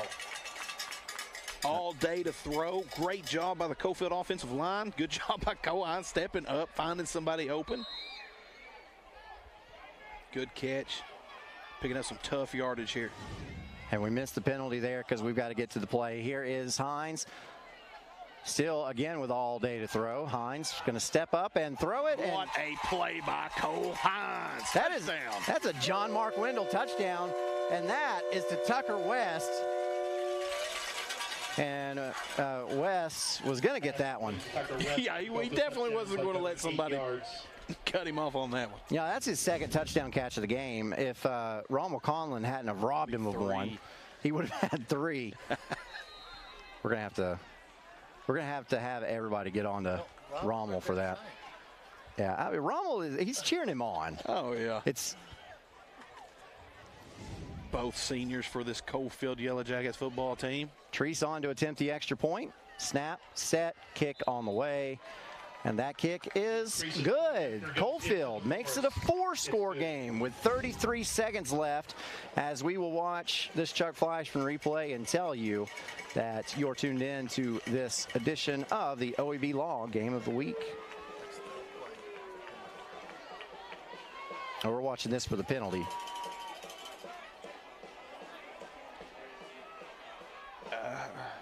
I'm not sure that was on 58, boys. I believe it was. What did he do? The play was over, and somebody at home can tell me what he did here. Number 58. Yeah, you'll see it right here. Okay, it's down. We're good. We're good. Everything's good. And then that. Okay. As Heidel was trying to get up. Must have looked different down there on the screen because this looked like a big guy trying to get off of his and player to me. But yeah, it looked like he could have tripped forward, but I don't know, man. It's tough. As chippy as this game has been. So we get set. Going off. Getting set for another Davis Funeral Homes kickoff. Davis Funeral Homes, 2 locations, Wartburg and Harriman. Treese kicks this one deep. Jet will take it inside the 10-yard line. Looking for running room. Not a lot there. And a flag comes out late on that one as Jet gets it to about the 24-yard line. Eli Justice, number 33, Coalfield, in on the tackle. Penalty marker on the play.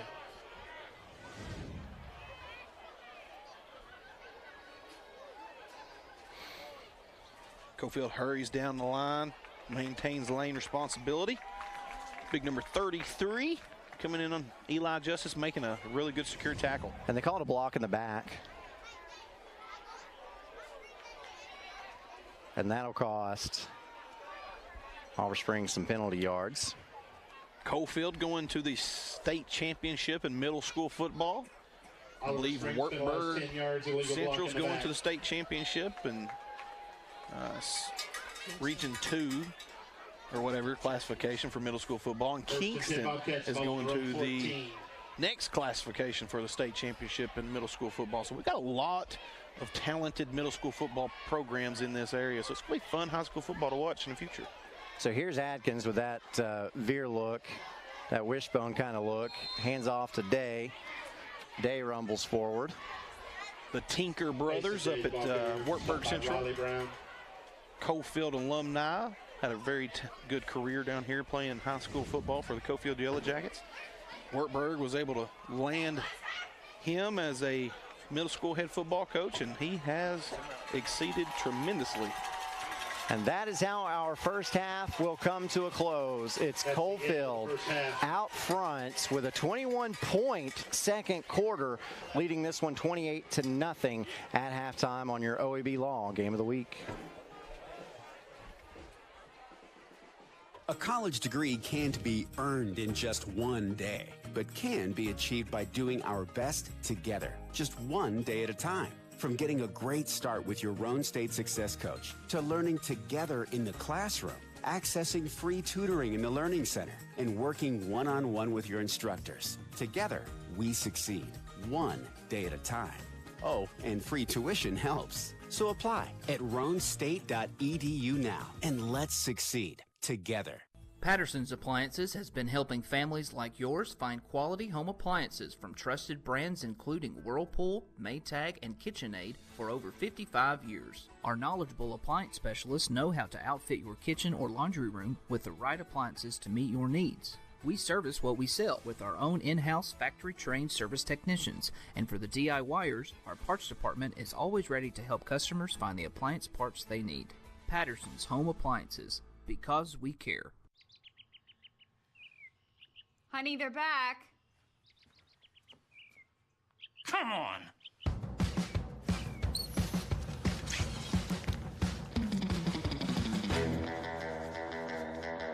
No! Get out of here! Get out of here! No more! That! A professional-grade lawn is going to attract attention. Simplicity Lawn Tractors. You need a vehicle that works just as hard as you do. At Ray Varner Ford in Clinton, we make those rugged everyday tasks a little easier so you can enjoy life in this pre-owned 2020 Honda CR-V Touring, $35,995. 2020 Ford F-150 Raptor, $74,550. 2020 Ford Expedition Max Limited 4x4, $44,490. Need car service? Visit our Quick Lane Tire and Auto Center today. Local you trust, pre-owned vehicles you can afford. Ray Varner Ford, your East Tennessee Ford dealership. On-Site Care, now located in Kingston, is accepting new patients. Nurse practitioner Candace Templeton has over 25 years of healthcare experience in offering management of chronic care conditions. On-Site Care offers free sports physicals for established patients. Plus, On-Site Care offers hormone replacement therapy with compounded pellets. On-Site Care accepts most major insurance plans and offers affordable self-pay options as well. Call 865-285-9588 to schedule an appointment at On-Site Care.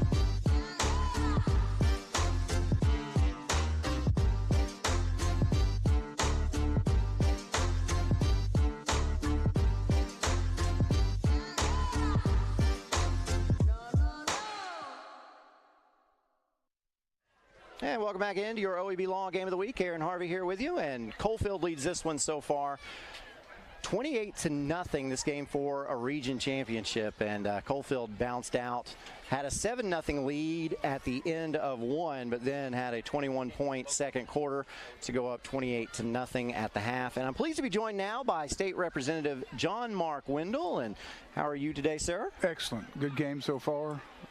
Coalfield, well-schooled, disciplined team. The score is probably not indicative as close to the game has been, but certainly Coalfield has dominated the line of scrimmage thus far. Yeah, there's a lot that we can say about this. It is a rivalry, and that's what makes the fact that this is a region championship that much more special. These two schools separated by 5 miles, that's it. And you just hit Highway 62, you're going to run into either one, either way. And so clearly they know each other. They have feelings for each other, as you can tell. And, you know, it's a hard-hitting football game. And maybe the best atmosphere for high school football in Tennessee. This is a great field and a great rivalry, and I've enjoyed it so far.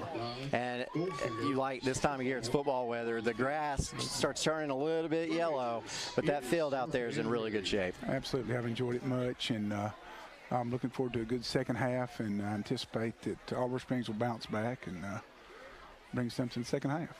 So you've got an election coming out. Yes, sir. And early voting is about to take place. So I've been an advocate for you a little bit. I think I can say that. And it's because though, to be fair, it's not just because like I'm a fan of you or anything like that. It's because you have done some good things for this area. Is there anything that you specifically want to point to and say, hey, you know what? I'm proud that I was able to help get this done. Well, when we first started, the average student in Coalfield received about $2,300, $2,400 a year. And the average student in Nashville, Knoxville, and other places about $4,500 per year. Tennessee changed that and passed a better education plan, and that changed rural education forever. And we've got to continue to try to support our public school system to make sure that rural schools get their fair share of the sales tax dollars, which continue to increase in Tennessee. Tennessee increased the sales tax and fee collections from 2021-2022 for 1 month, the last month, by $242 million. So Tennessee's doing well financially. We've got a budget surplus, but we've got to make sure that the property taxpayers in rural Tennessee are not unduly burdened, and that Nashville sends a proper share of the state sales tax dollars back to places like Oneida, Wartburg, Coalfield, Oliver Springs, and it's a fair playing field. And I'd say it's especially important right now. Just coming out of the pandemic, there was learning loss. I don't care what anybody says. Nobody can dispute that. And so it's a crucial time for the students all across the nation, but here locally in Tennessee, it's a good time to get some extra funding to try to help some kids get caught up. Absolutely, and Tennessee's done really well financially. We've got the lowest taxes in the nation, but we have increased funding for schools in Tennessee by one of the highest percentages in the nation. So Tennessee's managed well. We've got good leadership, but we've got to continue to focus on rural education to make sure that we get our fair share. So you represent the 41st district, correct? That's correct. What is the 41st district? The 41st district is now Anderson County, Andersonville, Norris, Briceville, Rosedale, New River, then back through Oliver Springs, Orchard View, Dillis, then back up through Coalfield, then back into Wartburg, then back through Clark Range and Jamestown and further points west. It's a big district. No doubt. But population's increased in Tennessee so much that in the future the rural district's going to get bigger and bigger because the urban areas continue to grow. Yeah, and you talk about these places that you represent. A lot of those are very similar in who the people are and the needs of those people. Hard-working, good people. They have a value system, and they've got an expectation from who they send to Nashville, and they don't budge much. So let me ask you this. Coming up, we've got, we'll have a new legislative session. What is something that you hope to, if you are reelected, to help get done for the people of this area? Well, first of all, I have to say thanks to Jim Henry, because he made sure when he was deputy governor to include 62 in the Improve Act to make sure that 62 is widened, at least part of it, because that's the most important lifeline into Oak Ridge and Knoxville from Morgan County, and we've got to make sure we continue that. It's been cut in 3 sections so far, and we've got to get we've already got funding for it. We've got to continue that funding to make sure that we get 62 finished, because it's a dangerous road. Yeah. And I hear about it not every day, but I'm reminded of it a lot. So we've got to get something done. And to Jim Henry's credit, our friend in Roane County, he stepped up and made sure when Haslam was governor that we were included. I am a Wartburg grad, so I'm from the Morgan County area, and I remember I was about in high school when the 62 widening project went through there, and I remember like, hey, man, this felt like big city living when it came through here.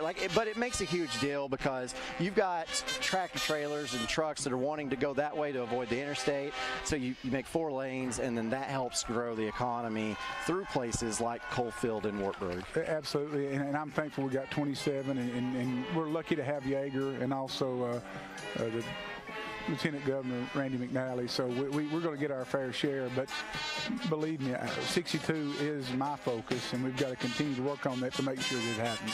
All right, so I'll give you an opportunity. Give your pitch. People going to the voting booths. Why are they voting for John Mark Wendell? Well, I hope because I respond to their not complaints, but their issues, and I share the same value systems they do. And we continue to, if somebody calls, we try to respond and help them with whatever problem they've got and provide solid constituent service. And also, we've got to continue, and I hate to keep harping on it, we've got to continue to try to provide an adequate amount of funding for our public schools, because there's nothing more important in Morgan and Roane County than people's love for their local schools. And we've got to continue to protect that, and there's some changes coming about with vouchers and charters and some privatization. And we may disagree on what the right conclusion on that is, but we don't disagree that regardless of what decisions are made, that we've got to hold harmless our rural school systems, because they need the funding and they provide the majority of the education for our children. As the husband of an elementary school teacher here in Morgan County, I say that I wholeheartedly agree with that. And I just want to say one more thing. I wrote your office a lengthy email, and I got a phone call, said, hey, or I got an email reply back saying, hey, you know what, John Mark wants to talk to you about that. And you gave me a phone call, and I just want to say thank you. That means a lot when the people who represent you makes me feel like, and it helps me know that you are actually listening to what we, the constituents, are saying. Well, you're nice, but I had the same type parents that you did, and the same type parents in the stands tonight. They had a great work ethic, and they expect me to do what I'm supposed to do, and they expect you to work hard every day. And I think that's what makes our area, or this part of Tennessee, special, or all of Tennessee special. But you're kind to say that, but we'll continue to try to provide that kind of constituent service and see what happens. Well, my position is I want to be fair, so I don't want to just sit up here and sing your praises, but I will tell the truth where the truth needs to be said, and so I will give you that for sure, that you called me, you responded back, and that meant a lot. I appreciate it. Thank you very much. Well, thank you for that. So thank you for being part of our broadcast tonight. Do you have any predictions for the second half? I think Oliver Springs will come back. I don't think the score is really indicative. Certainly, Coalfield has controlled the game, but I do think it's a closer game than the score indicates. And I anticipate Oliver Springs coming back and providing a good second-half effort. Okay, one more thing, just to have a human conversation with a politician, you know. What about Tennessee beating Alabama? I'm not sure that was the biggest game in my lifetime, but I mean, you could argue that it was. I mean, it was an exciting game, and maybe one of the best games in the SEC ever. Yeah. It shocked me. I was hoping for a win, but I really wasn't expecting one, so I don't know what the rest of the season holds. But regardless, the Big Orange is back in the big time, and I'm happy about that. And it was a great effort, and we've seen some great games with Alabama and Tennessee through the years, but that had to be one of the best. Yeah, it was great. For a Vol fan, I'm glad that you didn't turn around and say, well, I'm an Alabama fan. No, so, come on. Because then, like, if you were going to say something like that, I was going to have to rescind some of the good things that I said about you. No, my parents raised three volunteers, so yeah, that's not the way it works. Well, John Mark, thank you so much for coming up and joining us and being a part of this broadcast, because we need sponsors to be able to come out and broadcast these games and allow the people at home to see their loved ones, their friends, and so we thank you for being a part of that. And again, this is a great atmosphere, and maybe the best public address announcer in North America. When you hear the tackle by a swarm, that's almost as good as John Ward saying a host of volunteers. Not as good, but close. Well, you're putting somebody up against John Ward, which is really hard to do, but we already have in this broadcast talked about how Greg Addington, our public address announcer here, he's the GOAT. He's the real deal. He's the best. Absolutely. I love him. He's got a couple more, and I won't go into it, but I enjoy listening to him. It adds to the atmosphere of the game, and this is a great atmosphere. Well, and I tell you another thing. You see, like, he puts out these media packets that look like they came from a small college or better. Like, this is all Greg Addington. All this paperwork you see right here, I'll hold this up for the camera to see. That is all Greg Addington. Who does that remind you of? Who was the SID at UT back years ago? Come on, he was there forever. At the half, South Bud. 7, Seymour 7. Bud Ford was one. Now, who was it? Gus Manning. Gus Manning. Oh, That's yeah, Gus Manning stuff right there. There you go. Classic. Anyway, thanks for your time. Thank you for joining I enjoyed us. it. All right, sounds good. We enjoyed it as well. Appreciate that. That is John Mark Wendell, state representative, running for election or re-election, and early voting about to begin here soon. So I tell you what, let's take a break, and you are tuned into your OEB Law Game of the Week. Pat Ryan here with Kathy Mae Martin. If you're thinking of buying or selling real estate, then make the right play call and contact Kathy Mae Martin for all your real estate needs. Kathy's 30-plus years of knowledge and experience gives her clients the competitive edge. You know, like me on game day.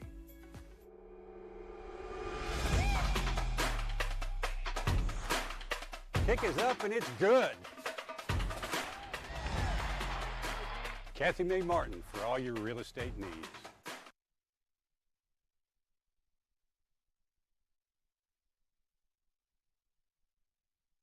The Harriman Utility Board works hard to ensure reliable electric power is delivered to our service area. Recurring tree trimming and maintenance is essential to preventing unplanned outages caused by falling trees. HUB crews are constantly at work during the peak growing season and respond rapidly to storm damage. As partners in our community, we urge customers to be aware of the importance of electric line right-of-way management. Find out more about current right-of-way policies at our website, hub-tn.com. You won this year's chili cook-off. Our girls played in the softball finals last spring. You're not just another policyholder to us. We remember your name. Hi, Cheryl. He remembered my name. Because it's your name. That's simple human sense. Ask Griffin Insurance Agency in Kingston if auto owners make sense for you. Jeff, Mary, Dan, Sarah. I gotta go shower. It's laundry night. Dishwasher needs to run. And the hot water wars. A Rinnai tankless water heater gives you an endless supply of hot water for everything you need to do. Feel the comforts of home with natural gas. Natural gas tankless water heaters cost almost 3 times less to operate annually than the electric models. Make the switch today. Rinnai, hot water for all.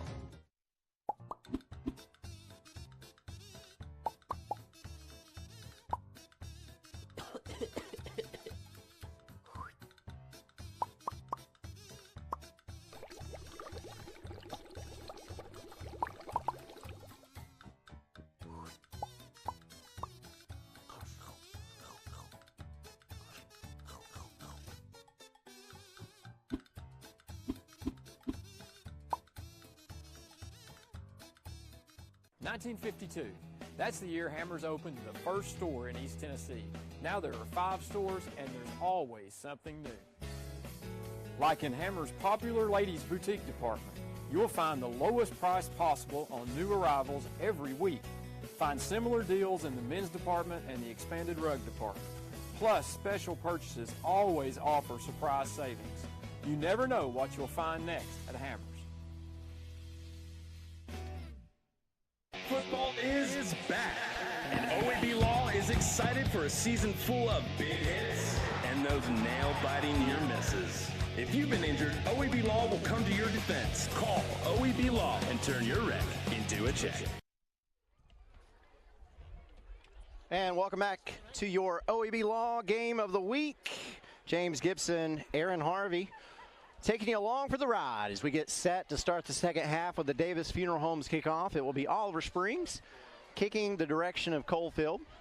Number 18, Liam Bokey, to kick off for the As you was Bobcats, talking to John Mark Yellow Wendell, Jackets. I was over here Eli conversating with Justice. some of these Coalfield guys Eli and Oliver Springs guys. It's so funny. You don't see somebody for 15 years. The first thing they mention when they see is, hey, you remember when I beat you in high school football? That's when you know that it's very tradition rich down here, and that people don't forget these things. That's funny. I think, was it your freshman year of high school, Oliver Springs knocked you out of the playoffs? Yep. They won 15-0 in a mud bowl. Mm-hmm. The Torrential year of the rain. Tornado. And then we knocked off Oliver Springs not the next year, the very next year, my junior year, and Travis Nelson scored 2 touchdowns in about 45 seconds. and we put them out of the playoffs. So got a little bit of revenge. There you go. Good times.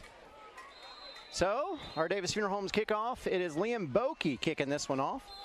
And we've already got a stoppage in play. It looks like Oliver Springs is going to be flagged for an offsides. You know, back in the early 2000s, Oliver Springs was flirting with 3A classification. They were really giving up a lot of enrollment numbers there recently, dropping all the way down to single A from potentially going into 3A. Yeah, I mean, they've lost a lot of enrollment. I remember when I was in school, their basketball team was playing AA, and the girls' basketball team, led by, I guess, Kayla Christopher, or maybe it was Laura Hall at that point. I can't remember which one it was. I believe it's Christopher, though. They played for a AA state championship, and the very next year, they got bumped down to single A. Oh, wow. So here is Bokey, and that ball is immediately caught by Jaden Bunch. And Coalfield's going to have pretty good field position. Now, Coalfield has only given up 9 points in the second half all season.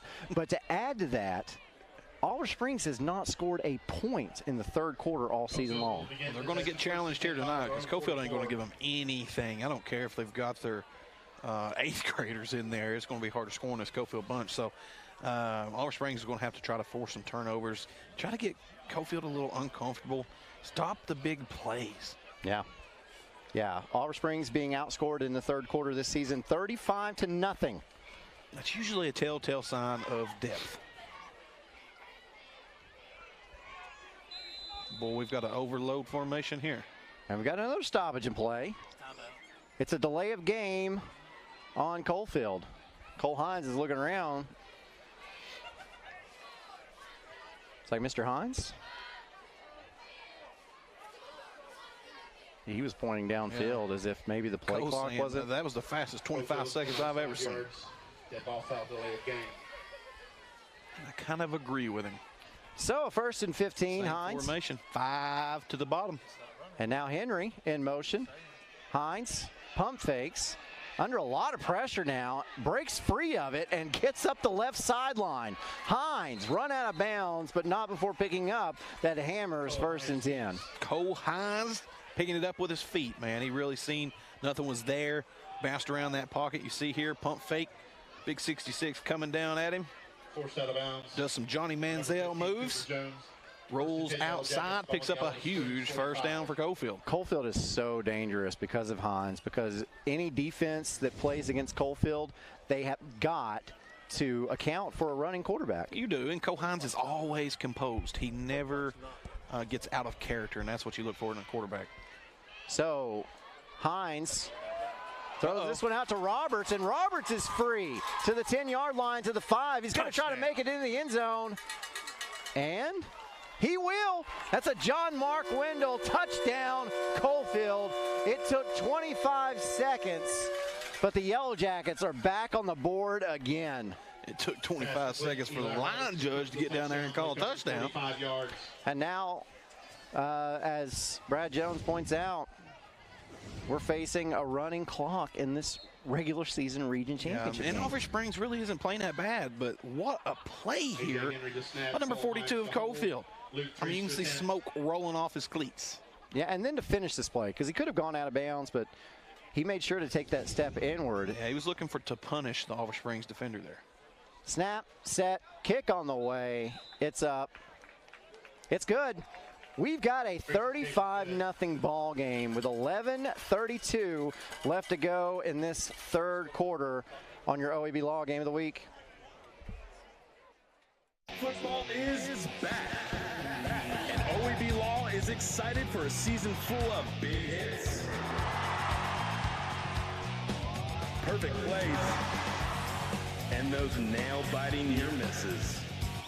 If you've been injured, OEB Law will come to your defense and tackle any obstacles blocking you from scoring the full and fair settlement. Call OEB Law 865-546-1111 and turn your wreck into a check. Evans Mortuary has been serving the needs of families in. Welcome back to your OEB Law Game of the Week. Aaron Harvey, Coach James Hoot Gibson.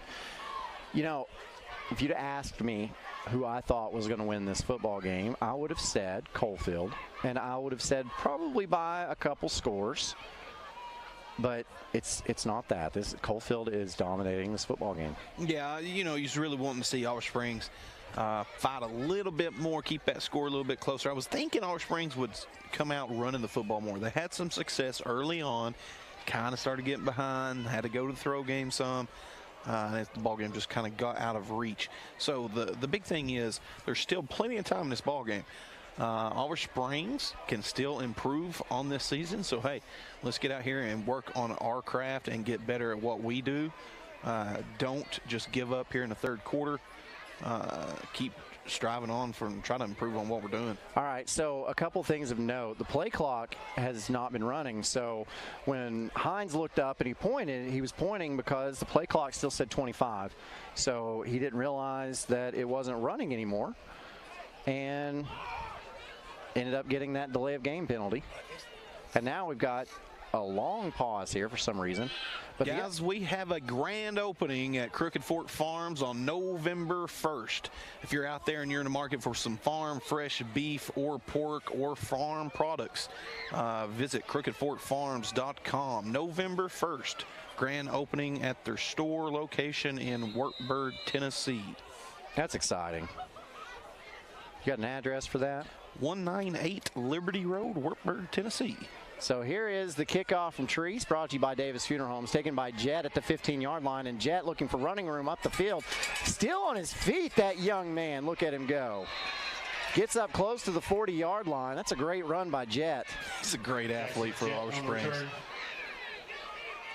He showcased why right there. Just a freshman.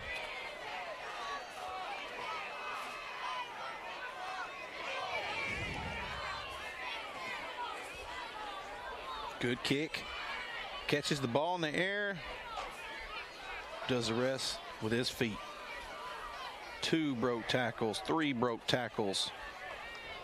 3 broke tackles on the play. Great play by Jet. Yep, took quite a bit to bring him down. On their own 38.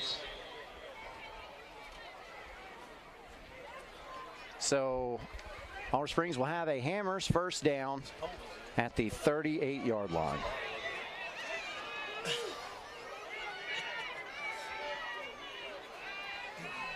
Five-man front for Coalfield.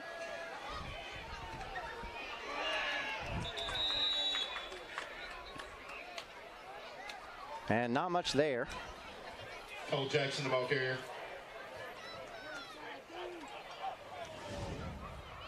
Met first by Mason Smith.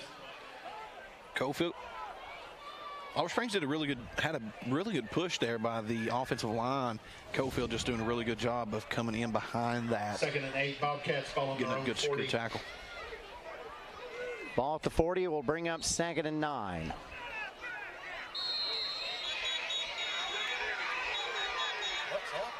And I don't know, the fans are going nuts. I think the official has thrown someone out. It's unfortunate. I said I think, I'm not sure, but Coalfield's going to be sent to the sidelines. Or away from the Oliver Springs bench a little bit.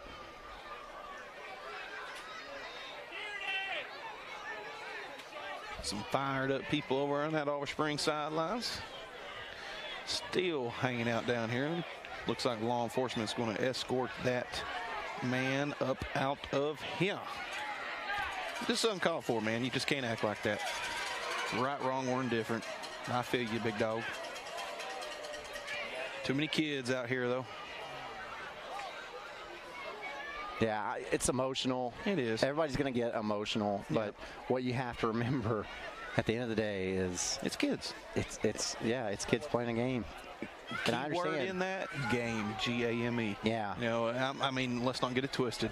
Football's life in the South. Yep. But there's bigger things out there to be worried about than, you know, a ref missing a penalty. I mean, just a couple years ago, we didn't even have refs.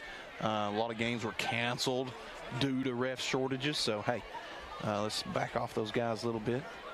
Now, I will say this, though. I don't know what was done to have someone thrown out. So that's true. That could be. But I can tell you this from experience: you're not thrown out from a ball game from a referee unless you've really crossed the line. They do not want to do that because, well, they just don't want to do that. Well, I mean, it puts more of a target on their back. Like, it does. The fans are already mad at them. And they're going to have to walk through the parking lot. Yeah. They'll have a security escort. It just brings so much extra drama. You know, the referees do not want that. They have to report it to their superiors. They have to do a report and all that. Nobody wants it. So if they threw somebody out, it was for just cause. You see Sean Basler out on the field.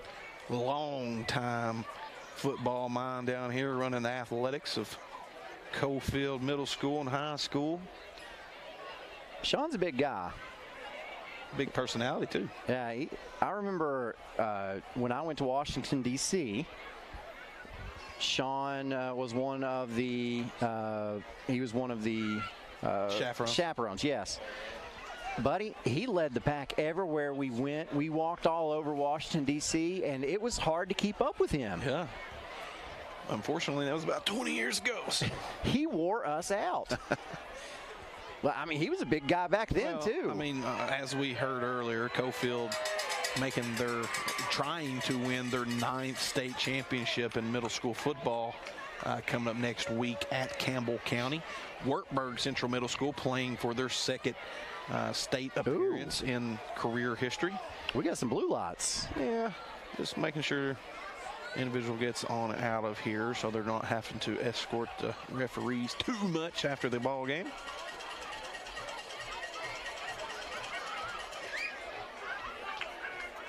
Guys, if you're out there and you're in need of any kind of farm fresh meat, beef, pork, produce, any kind of jams, jellies, honeys, give Crooked Fork Farms a phone call, 865-206-7560. If you're out there and you haven't been able to attend some of our events that we've had and you want some beef, some high quality meat, come to our grand opening on November 1st at Crooked Fork Farms new store location in Wartburg, Tennessee. 198 Liberty Road, Wartburg, Tennessee. So you saw the picture of the steak that I made, a ribeye, courtesy of Crooked Fork Farms. How did I do? You think I did pretty good? I think you did good. You got to be careful with 21-day dry-aged meat that's grass-fed because, you know, if you cook it too hot, it just toughens up so quick because there's not a load of fat inside of it like there is at the grocery store. Yep. So when you cook hamburger from Crooked Fork Farms, it's basically the same size that it was when it come out of the wrapper. Right. It tastes like a steak, so it's very high quality, and you got to cook that stuff slow. I've not used to dealing with high quality meat, then all of a sudden you switch to it. It's a learning curve on the cooking side of things. Yeah, I will say you could cut that stuff with a spoon. Yeah. It was so good. So now you wanted Oliver Springs to get back to that running game. Well, they've done it. Woo! And look at Colton Henry. Looking like Bill Goldberg coming through there. And then we've got a late flag. Big game, Big Daddy. Big Daddy coming in through the A gap, busting up the run play right in the middle of the field. Telling you, he plays that Mike linebacker like he is 6'2", 250 pounds. Personal foul on Oliver Springs. Ooh.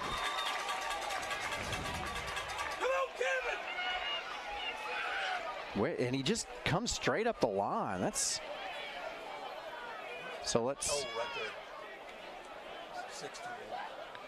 I guess it was on 61 right there. Just a little bit of an extended push. Yeah, the play was definitely over at that point. But I guess after everything that's happened, they're going to start calling it pretty tight. So now, second, no Ridge. Forever. Split back veer for the Oliver Springs Bobcats with a fullback in around the left guard. Not now. He moved. Oh, speaking of he moved, offsides. False start on Oliver Springs. So they'll go back 5 more yards. He just jumped off sides there. Number 58, Caden Jackson, all 6'1", 280 pounds. The young sophomore is a very talented offensive lineman for the Oliver Springs Bobcats, and the best football is ahead of him. If this guy gets in the weight room, he is going to be a force to be reckoned with for the Oliver Springs Bobcats in the future. Ball spotted way back. Looks to be about the 18-yard line. They've got to make the 48. So let's call this 3rd and 30. And then you got a quick pitch out, and then that goes for not much. That's Dalton Reynolds. Brock Jones in on the tackle for the Coalfield Yellow Jackets. So now Oliver Springs probably going to be in punt formation, I would assume. Local college, Carson Newman University runs the split back veer, and I tell you, it could be 3rd and Oak Ridge, and they can pick up a first down in a hurry in their split back veer. So Oliver Springs will definitely work on this in the offseason. So Luke Bokey with a high snap goes over his head, and he just lets it go out of the back of the end zone. Smart play. That's a safety. Tack 2 more on the board for Coalfield. And a penalty on the play. Oliver Springs didn't have enough on the field. Player coming late from way down here, about the 40-yard line. Referee clearly seen it, threw a flag. Just some miscommunication on the sidelines there. I think it's just have gone from bad to worse. There it is. Legal substitution. Safe. And that's kind of a heads-up play by the punter to kick it out of the back of the end zone, so it's not a big touchdown for Coalfield. Well, he didn't kick it, though. He didn't. He kind of like shoot it. You know, like shoot, get out of here, get out of here. Like he's herding chickens. Eh? Yeah, because it's a penalty to kick it out of the back of the end zone, is it not? Is it? It is at some levels. I'm not sure on that one. I can't. I've seen a lot of punters turn around and kick it right out of the back of the end zone. Yeah, I mean, it's still a safety. Still safety. But I don't know about the penalty. Anybody out there listening, drop us a dime on the Facebook Messenger and let us know what the rule is on that nowadays. Here it is. Yeah, you'll see him shoot, get out of here. Shoot, get out of here. Well, it took a heck of a bounce there, didn't it? Yeah, it did. You sure his foot didn't hit that? He's wearing soccer cleats. Yeah, he kicked that. Well, he wasn't trying to. He's trying to shoo it out of the house. Liam Bokey. So now Oliver Springs will free kick it from the 20-yard line. And it will be Mr. Bokey again. And Oliver Springs better be moving on this kick because Coalfield will return it. And this is an ugly knuckleball, goes out of bounds. At the 49-yard line of Coalfield. 7 minutes left in the 3rd quarter. Running clock.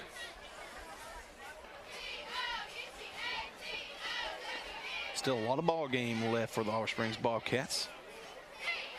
And we'd like to say a big thank you, NBM Heating and Air. Good time to have some heating as you switch from air as it gets colder, and make sure you got it. And it's a good idea to also have that serviced periodically so that you don't end up without it. Give Reagan a call at NBM Heating and Air, 865-771-2620, 865-771-2620. Also, I want to say thank you to Sabre Beauchamp, graduate from 1998 from this Coalfield High School, watching this game tonight, saying go Jackets. And also Jason Stiltner for mayor in the town of Oliver Springs, proven leadership paid for by the candidate. Thank you for being a part of our broadcast tonight. Score update, 3rd quarter, Oak Ridge 10, Dobbins Bennett 14. Wow.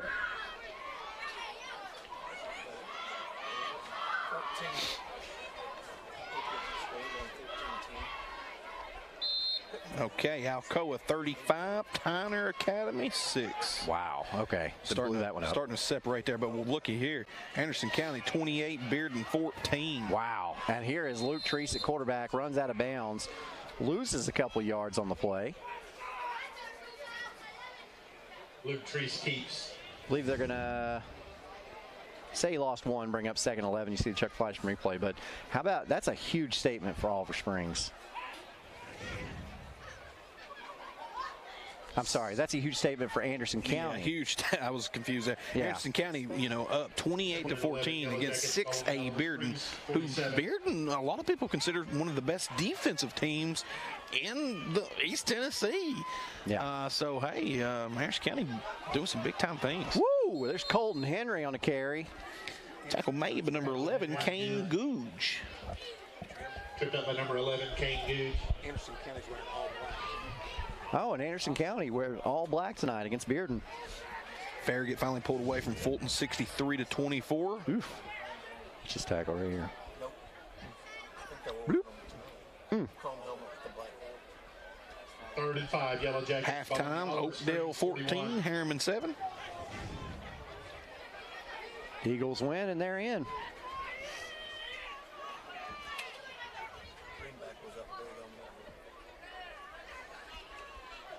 Rollout. Treese to his left. Miscommunication, wide receivers. So Treese keeps it. And Treese still on his feet, getting up the field. And tackled at about the 11-yard line. Luke Treese keeps. Stopped by number 7. Thought that young man was going to run out of bounds. You had another thing coming.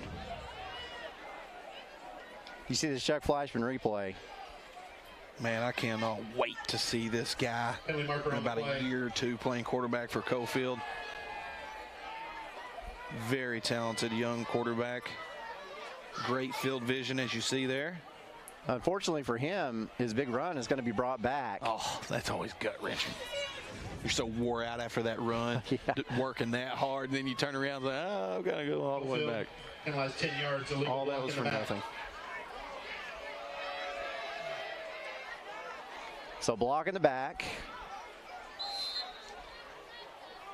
Getting a play call from offensive coordinator Jason Wilson. Been at this program a very long time. It's why Coalfield stability is always regular. They have a lot of support down here, not only on the football side of things, but administratively as well. Treese sends Roberts in motion, and we've got another flag on the play. Going to call a false start on number 23, Brock Jones of Coalfield. Moved just a little bit early. All right, so that will make this a 3rd and 9 as opposed to a 3rd and 4. Clock, of course, still running as Coalfield. We've hit what a lot of people call the mercy rule. Dead ball foul, false start. Coach Wilson sends in the play to the young quarterback.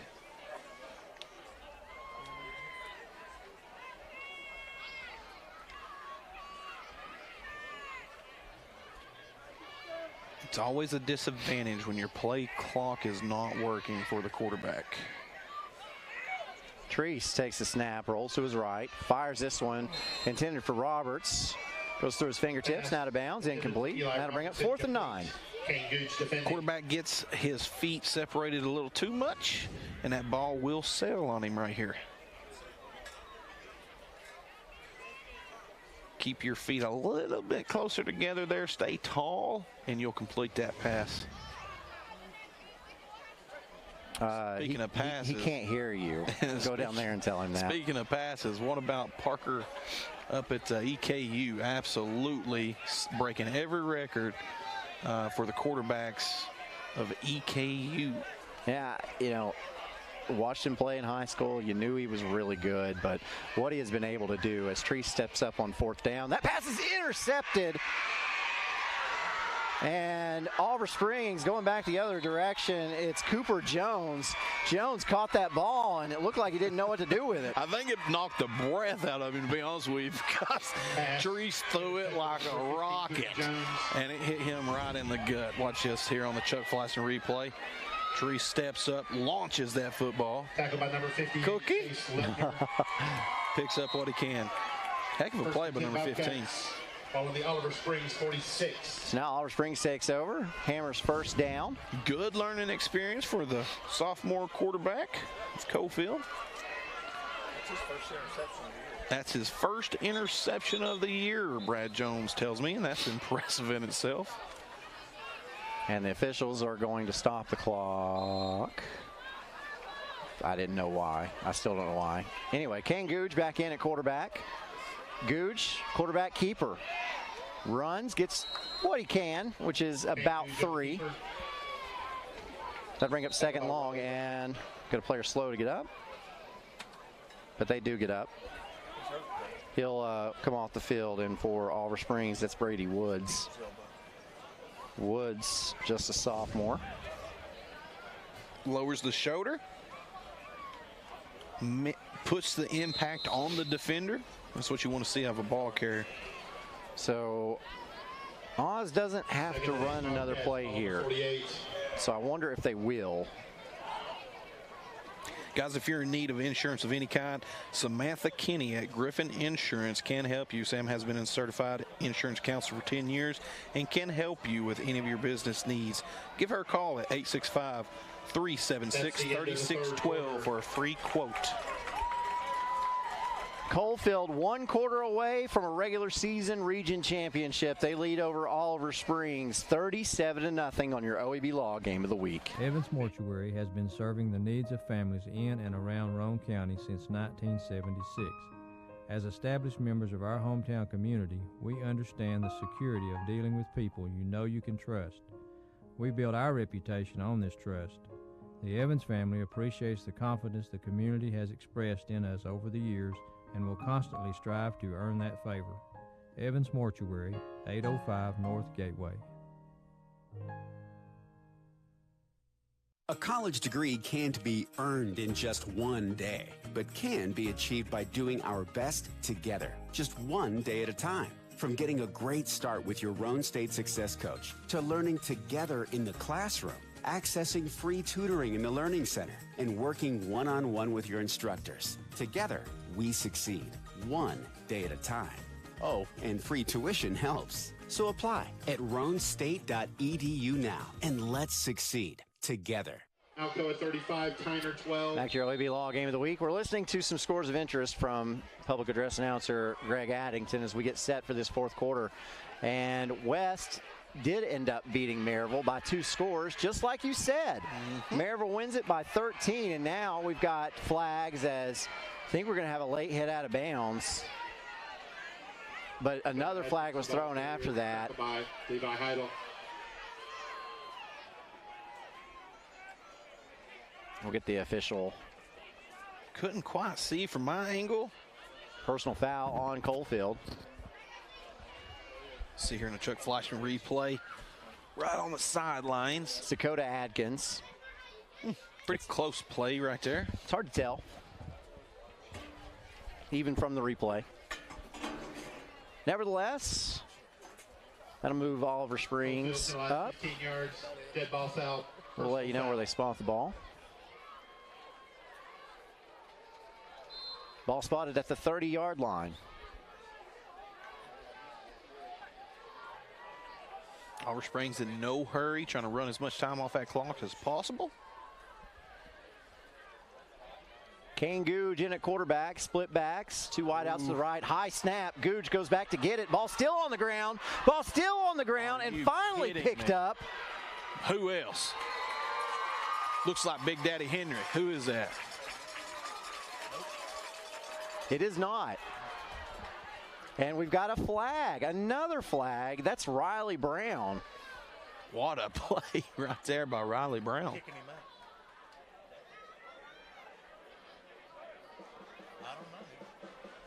Got some confusion going on here. Going to have some conversations. Fumble recovery, 51, Riley Brown. Well, that's unfortunate for Oliver Springs. Ugh. That high snap. I can't wait to see that on the Chuck Fleischman replay, because that really high snap. Unsportsmanlike conduct on Coalfield. Huh.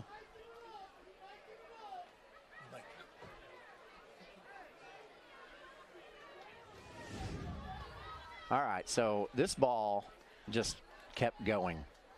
It just kept going. Then finally, Brown picks it up. He's saying, this is my time right here. Now see where the flag comes out. Oh, number 3 right there. Oh, that's Hines. Yeah, that's rare.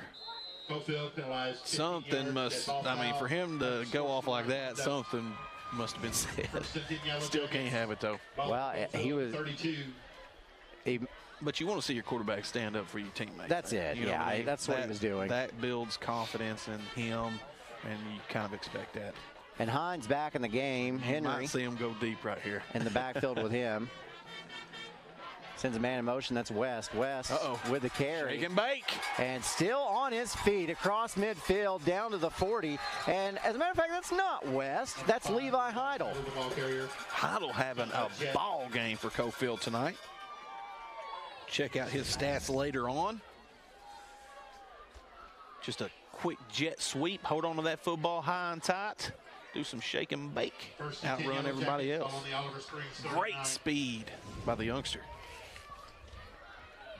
So first down, Hammers first down for Coalfield. Hines. Same play, opposite side. Yeah, this one goes to Roberts, and Roberts is pushed out of bounds, and we've got another flag on the play. And this should be a personal foul, and then we've got another flag on the play.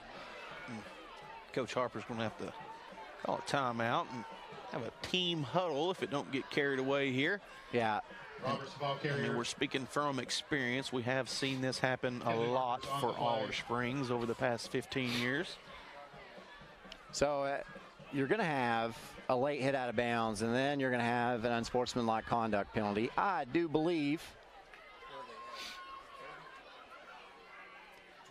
Oliver Springs is giving their side judge a long night. He has earned his money tonight. We ought to mic up our referees. Nobody would ref then, would they? It's already there, though. I know. These guys got such a hard job. It's so needed. And it was just exactly like I said. Now, is that 30 yards? No, because they'll have to go half the distance to the goal. Oh, yep.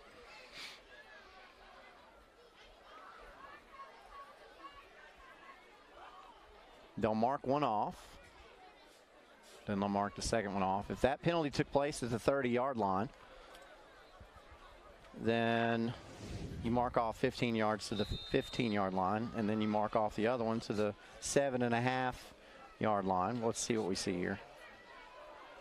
So Dakota Adkins rode him out of bounds, and then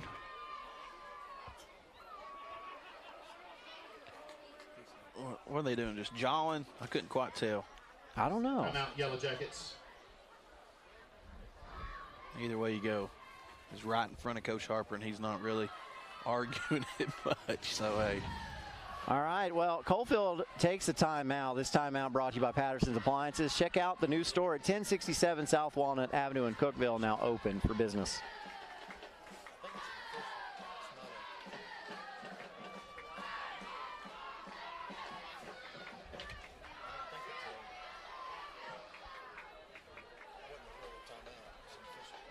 Well, Greg said it was a timeout. Guys, if you're a part of the Coalfield community and you see Greg acting out, you make sure you tell him, good job, guys. Go shake that guy's hand. You ain't kidding. If you see what all he puts together, I'm sure you do see, but some of the fans that's watching just don't have a clue of how much work that he puts in to making sure that everyone in the area knows about his Coalfield Yellow Jackets and how each individual player did that very night. So, hey, it's so special to have somebody like that that's supporting your program, that's advertising your program. So, again, it's exactly as I said. I said ball would be spotted at the 7.5-yard line. It's at the 8. Good enough. Cole Hines in at quarterback. Sends a man in motion. That is West. Got some confusion for Oliver Springs down here. Now 4 wide to the left. Mismatch. And Henry. Touchdown. Gets the pass out of the backfield, and he's in for the score. That's a John Mark Wendell touchdown for Coalfield. And the Yellow Jackets now lead this one 43 to zilch. Pass complete to Colton Henry for the Coalfield touchdown, play covering 8 yards.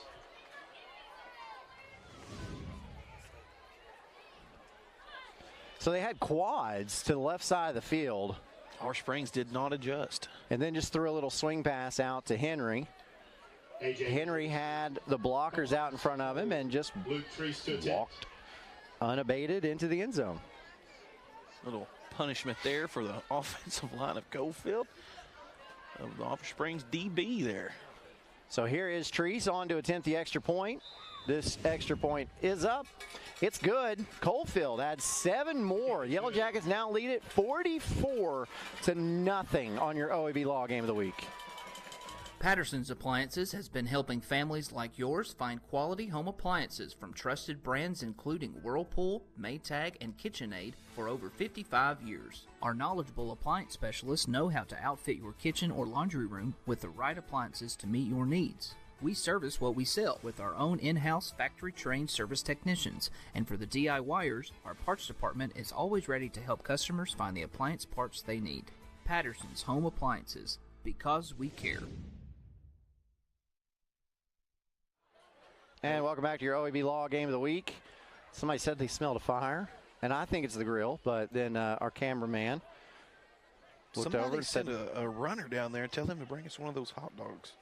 That's what I smell. That smells so good. Whatever it is, they're cooking something good down there, boy. You want a hot dog, Chris? It might not make it back. Chris would have it ate before it got to me. He'd leave me a bite or two, I guarantee it.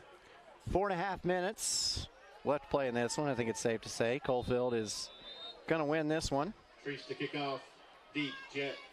Luke Treese in for this Davis Funeral Homes kickoff. Davis Funeral Homes, 2 locations to serve you, Aaron and Wartburg. Go to davisfuneralhomes.com. And this Treese kick is going to land at the 13 and then just kind of die. Picked up at the 10 by Jet. Uh-oh. Tippy toes on the sidelines. We'll have to see where they mark him out. Jet on the return. They're going to give him the 28, and I think that's probably about right. It looked like he went out about there. Tiptoeing along the sidelines. So I believe we'll be able to see it here. It's Chuck Flashman replay. Yeah, he did step out, didn't he? Yep. He did. Good eyes by the official. Yep. First and 10 Bobcats. Ball on their own 28.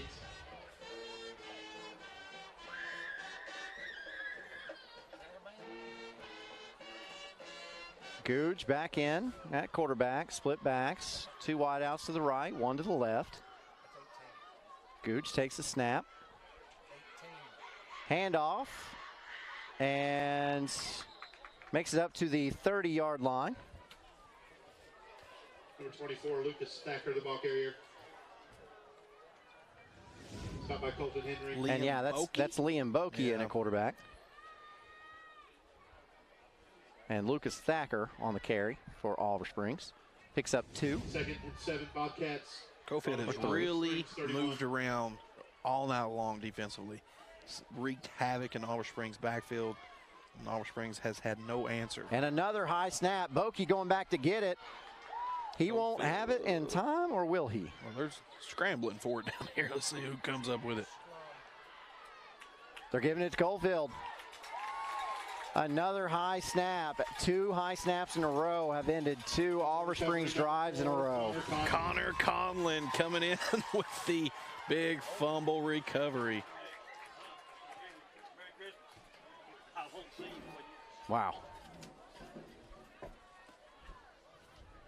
Referees telling it out of here. The ones in the press box anyway. As we've gone under 2 minutes to play in this one. And looks like Luke Treese will come into the game to play quarterback for the Yellow Jackets.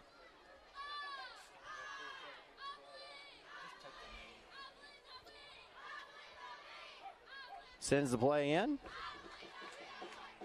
He'll send 2 to his right, 2 to his left. Single coverage down here. Now man in motion. That's Brock Jones. Handoff goes to Jaden Bunch. Number 1, Jaden Bunch, the ball carrier. Big number 77, Carson Levine's in on the tackle for the Oliver Springs Bobcats. 5'6", 225 pounds. Nevins. That's the principal's son. Oh, Second and 7 Yellow Jackets, ball on the 15. Bunch picks up 3. I'd say he's got good grades. Same play, it looks like. Here's Bunch. This time he's going to the left and makes a good move. Avoids a tackle. Crosses the goal line. He's in for a John Mark Wendell touchdown, Coalfield. Number 1, Jaden Bunch carries. So now is Treese going to change shoes again, or? That's why I always hated when they swap shoes, because it can really put you in some predicaments. What a play by number 1 of Coalfield, the freshman. Very talented freshman. Will have a bright career here at Coalfield for the next 3 years. And Treese is not going to kick this thing because the clock stayed running. So Coach Vincent Napier says, 50's enough. Let's go to the house. And that's exactly what they're going to do. The Yellow Jackets come on to Rochelle Field on senior night and knock off Oliver Springs to win another region championship, the 3rd region championship for the seniors. Pretty good deal there. That's really good there to win as much as you had with this senior class. Very talented bunch, good leadership in this class. And, you know, it just speaks volumes. You never want to see a penalty, right? But when you see a penalty like Cole Hines had, standing up for his teammates, that's kind of what it's all about. That tells you who's got a good culture in that locker room. When their quarterback is standing up for, you know, 2nd and 3rd string players like he was, that's what you want to see. So Coalfield moves to 8-1 on the season. And mentioned Cole Hines. I said his mama is Carmen Hines. She coached the Coalfield girls basketball team for several years. Is it her birthday today? It is her birthday. Happy birthday. Happy birthday to Carmen Hines. She, as I understand, was a really good basketball player herself. And now she's the head coach of the boys basketball team. So, which is something you don't see very often. I've seen it before. Only the single A, you know what I mean? Yeah, I mean, I have seen it before, and it was at the single A level, but I have seen it. But it's something you don't see very often. Yeah, Pickett County had a head female football coach a couple years ago. I didn't remember that. Yeah. Made a lot of shockwaves. Lasted about half of a season, but still happened. See Coach Napier out there talking to his kids. They're going to have a good night. Good leader there for that young Coalfield bunch. And Coach Napier walked on at the University of Tennessee, then transferred to Tusculum University. I tried every way possible of getting that young man to Kentucky Christian University, and he had a heck of a career at Tusculum, one of the better offensive linemen there on that roster when he was there, and now one of the better coaches in our area. So, immediate take. Coalfield is starting to separate itself. They have slowly but surely progressed in some of their weaknesses that we've seen early on in the season. They've worked on those, and they are now strengths.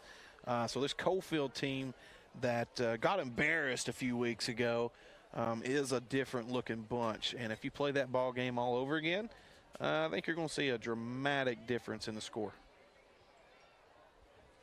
And for Oliver Springs? Oliver Springs has a long way to go. They have some pretty good size. Their numbers are a little bit better than what they were last year, but they've got a lot of transition to make. They're going to have to really tighten up. What is the game of football? What can we do? What can we not do? Discipline is a major concern. As many penalties as Oliver Springs had tonight, that's alarming, you know, to have 4 wins. So some of those issues that they had early on in the season now showed its ugly head again here late in the season for Oliver Springs in a 50-0 blowout by the Coalfield Yellow Jackets. Oliver Springs able to squeak into the playoffs last season. This year, however, they will finish second in this region and will host a first-round playoff game. So you talk about maybe some of the struggles and how they do have a ways to go, but you know what? They took a big step this year. They sure did, man. I mean, the start that they had was significant, really. And then they bounced back, and I believe they won 4 in a row to be second place in the region. So, you know, they really have had some ups and downs, and I'm sure there's been a lot of injuries and such with the limited roster numbers that Oliver Springs has. but they've got a long ways to go, even though they are hosting a first-round playoff bid at Oliver Springs.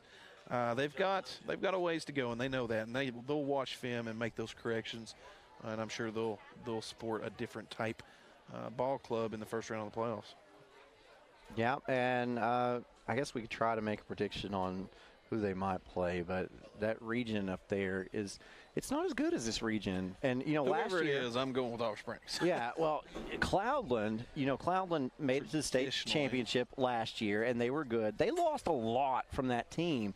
And so now Cloudland's not near what they were last year. And Cloudland's first in that region. And so who's going to finish fourth in this region? Well, it's probably going to be Oakdale. Oakdale probably going to have to go up to Cloudland. That could be a mismatch because. Or no, actually, it'd be Greenback. It would be Oakdale going to Greenback? No, it'd be Greenback going to Cloudland. Ooh. And I think Greenback can win that game. They sure can. Well, you don't know. I mean, you never know what you're going to find up there at Cloudland. That's true. That's true. So it'll be exciting regardless. So we'll see what Oliver Springs does and how Coalfield transitions into the playoffs. But I'm expecting Coalfield to make a pretty deep run this year. Yeah, me too. When we had John Mark Wendell on at halftime, and he came in on a commercial, puts headset on, and he goes, "How far do you think this Coalfield team can go?" I said, "Well, I don't know. As far as it wants to." Yeah. In my opinion, I mean, if they have all cylinders clicking together on the same time, they could beat about anybody in the state single A.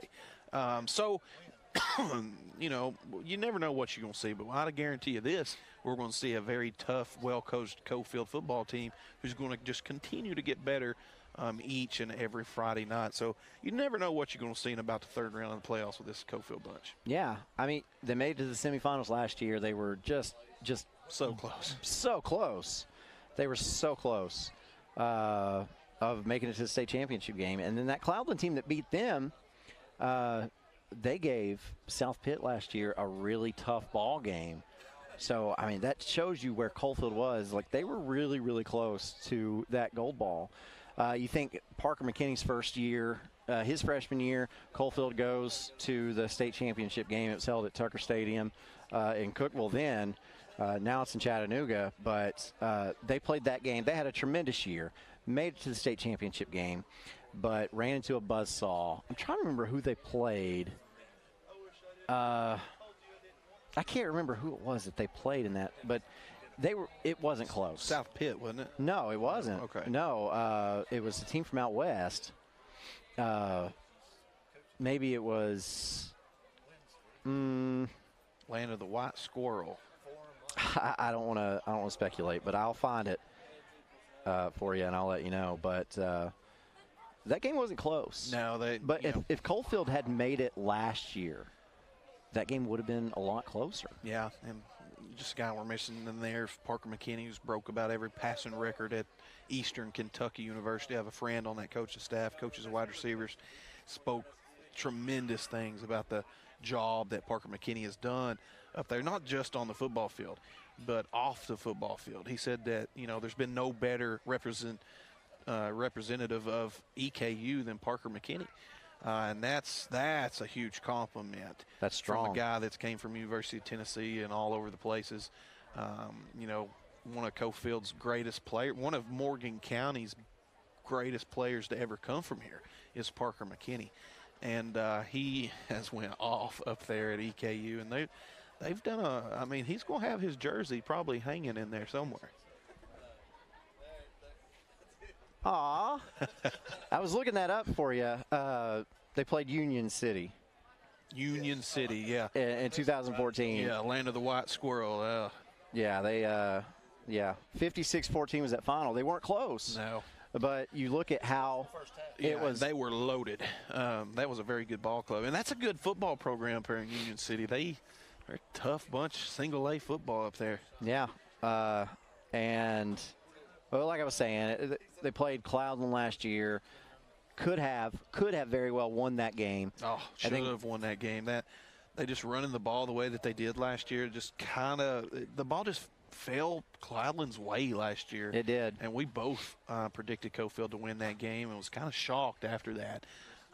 this Coalfield team can go even further. Yeah, and a good thing about Coalfield being this good this year, they've got a bunch of senior leadership. It's an even-numbered year, which means the even-numbered regions host the semifinals if the seeds are the same. So if Coalfield can make it back to the semifinals, they're not traveling this time. They've got a home game right here at Rochelle Field. Yeah, and that's a difference maker versus traveling all the way to Cloudland up on top of that mountain, playing in some frigid temperatures on some rough turf conditions. So that would be a big thing for Coalfield to be able to play at home. Yeah. Give you some scores of interest. You said that you thought West would beat Maryville by 2 scores. Well, guess what? That final score was 18-31. Choo. So West did defeat Maryville by 2 scores. That still, it feels funny coming out of my mouth. Like, I don't feel like that's right. Dobbins Bennett still up on Oak Ridge late into the 4th, 21-12. Rockwood up over McMinn Central, 35-26. That's an old school football game. Yeah, good for Rockwood. You ain't kidding. They're playing good football right there, right now. Campbell County up on Sevier County, 48-45. I don't know how much time is left in the 4th quarter, but Campbell County's quarterback is leading the state in passing yards. He's over the Carter quarterback? Yeah. Wow. Yeah, actually, the Carter quarterback, Chandler Wilson, is 3rd now. He got passed by Walker Martinez. He had a big game last night. So Walker Martinez is 2nd now. Score update, Kingston 7, Stone Memorial 21 in the 4th quarter. Stone's tough. Very rare that they're tough, but they are tough this year, I reckon. They are tough, and they are representing 4A, I think. Stone Memorial, they got a good football team. With 1 minute left, Bearden has just scored. They pulled within 7 of Anderson County, 35-28. So I reckon the Bulldogs going to be going for an onside kick, and if they don't get it, then Anderson County is going to hold on for a big win over 6A Bearden. Guys, if you're interested in farm fresh beef or farm products, give Crooked Fork Farms a phone call, 865-206-7560, or visit their new store location on November 1st. www.crookedforkfarms.com. Hey, if you're out there and you're needing some property improvement, some land clearing, some trails made on your property, you need to give Crooked Fork Farms a phone call. They operate forestry mulching equipment, and they can make that job so easy that you don't even have to go buy a machete. They will do it all for you. 865-206-7560, www.crookedforkfarms.com. Do you? Yeah, we can get it to you. You just made a sale live on air. Yeah, somebody's needing some gravel. We've got all the aggregates and all the different sizes, gravels, and all that there on the farm. So if you need some gravel, some driveway work, any of that such, give us a call, crookedforkfarms.com. And the meat, I can speak. I can speak for the meat. I tried the ribeye. Like I said, you cut it with a spoon. It was so good. And then the spicy Italian sausage, made spaghetti with that. Oh, yeah, it's fire, man. And you know, a lot of people don't realize that it's so much healthier, the quality meat that you have that's off of a local farm versus what you find at a grocery store. So, guys, if you're out there and you're tired of eating some of the choices that you have available to you and you want a higher quality choice, you come to Crooked Fork Farms, and we are quality over value. If you're looking for value, you need to go shop at Walmart. If you're looking for quality, you need to shop at Crooked Fork Farms. We can supply you with what you need. Being asked for the Oak Ridge score. Oak Ridge is down by 9. I think it's 21-12. 21-12 with under a minute left. But, I mean, playing Dobbins Bennett has 1 loss on the season. I mean, that's a tough football game. That's a really – Brad said the number 3 team in 6A. So Oak Ridge is playing tough. Their 1 loss is about 1 point to Greenville, 4A Greenville. And that game is at Blankenship Field, but that's what it's at Dobbins Bennett. That's right. So well, So that's even more impressive. That's really big for Oak that's Ridge. a long travel anyway. And Dobbins Bennett's a tough place to play. There's some really talented athletes that always come from that area. So I looked up the standings, and Cloudland is first in that Region 1 single A. Unaka is second. So there's pretty much only a first team. Well, see, the reason why I mentioned that is because whoever finishes third and fourth is going to have to play Cloudland Unaka. Whoever finishes first and second here, which is going to be Coalfield and Oliver Springs, that we know, they're going to beat those two teams. They're going to advance to the second round of playoffs. And you know how huge that's going to be for this Oliver Springs program to get that first playoff win there. That's going to be so huge for Coach Harper to be able to motivate his troops and say, hey, you see how far we came? You know, we was 0-4 and then turn this joker around here and then get embarrassed here at Coalfield tonight and pick up a big first round win will do that program a lot of good. Well, let's say, I don't know what the final was. If Oakdale can hold on and beat Rockwood, then Oakdale's in the playoffs. They'll play Greenback next week. The winner of that game will be your third seed, and the loser will be your fourth seed. But let's say that either one. Let's say that that's Greenback. If they can go and knock off Cloudland, then Oliver Springs will have a home game against Greenback, a team that they beat earlier in the season, 21-0. That's always a fun ball game to witness there. They hate each other. But if it's they do, and there's a good reason for it. But if it's Oakdale, then that's Oliver Springs hosting Oakdale, a team that it has already also played earlier in the season in the second round of the playoffs. So I mean, you're a very injured and beat up Oakdale team that Oliver Springs played. So this Oliver Springs team legit has an opportunity.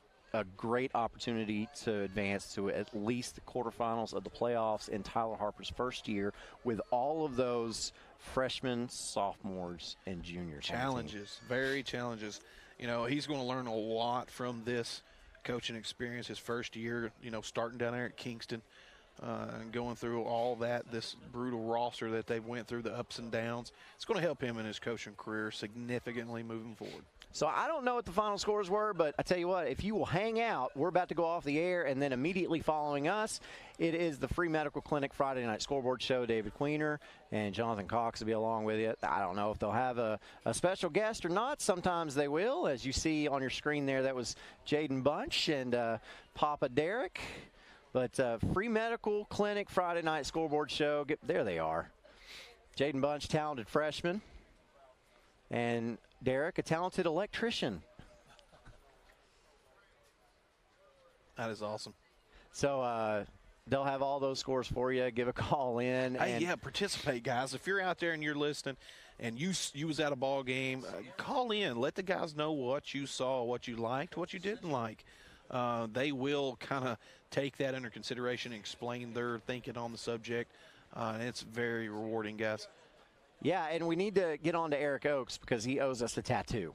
Yeah, Eric, where you at, dog? We was supposed to see this tattoo get shaped over on BBB 12, and here you are running around. Yeah. Come on, man. We challenging you, bro.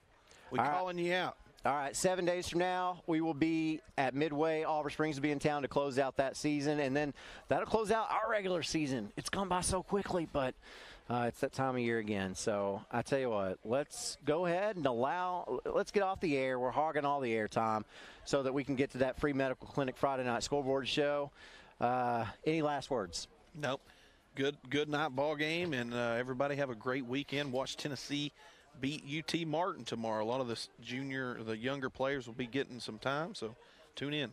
That's good. So, and then a great shot to close us out on Tim Elrod delivering that $1,000 check to Coalfield High School. It is the Yellow Jackets winning a regular season region title tonight over Oliver Springs. Final score 50-0. For Brad Jones, for Coach James Hoot Gibson, I'm Aaron Harvey saying so long, folks. Honey, they're back. Come on.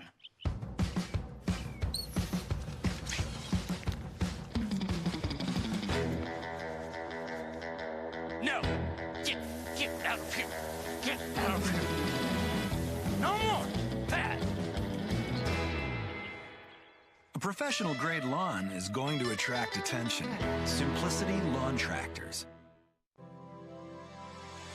You need a vehicle that works just as hard as you do. At Ray Varner Ford in Clinton, we make those rugged everyday tasks a little easier so you can enjoy life in this pre-owned 2020 Honda CR-V Touring, $35,995. 2020 Ford F-150 Raptor, $74,550. 2020 Ford Expedition Max Limited 4x4, $44,490. Need car service? Visit our Quick Lane Tire and Auto Center today. Local you trust, pre-owned vehicles you can afford. Ray Varner Ford, your East Tennessee Ford dealership.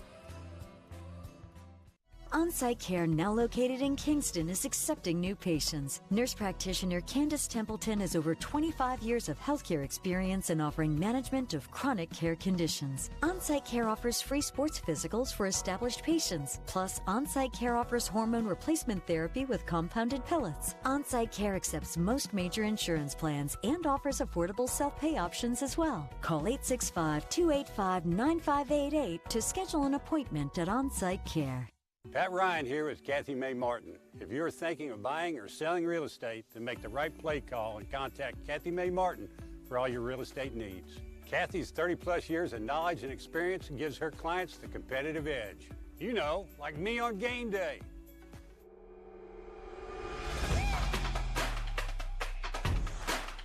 Kick is up and it's good. Kathy Mae Martin for all your real estate needs.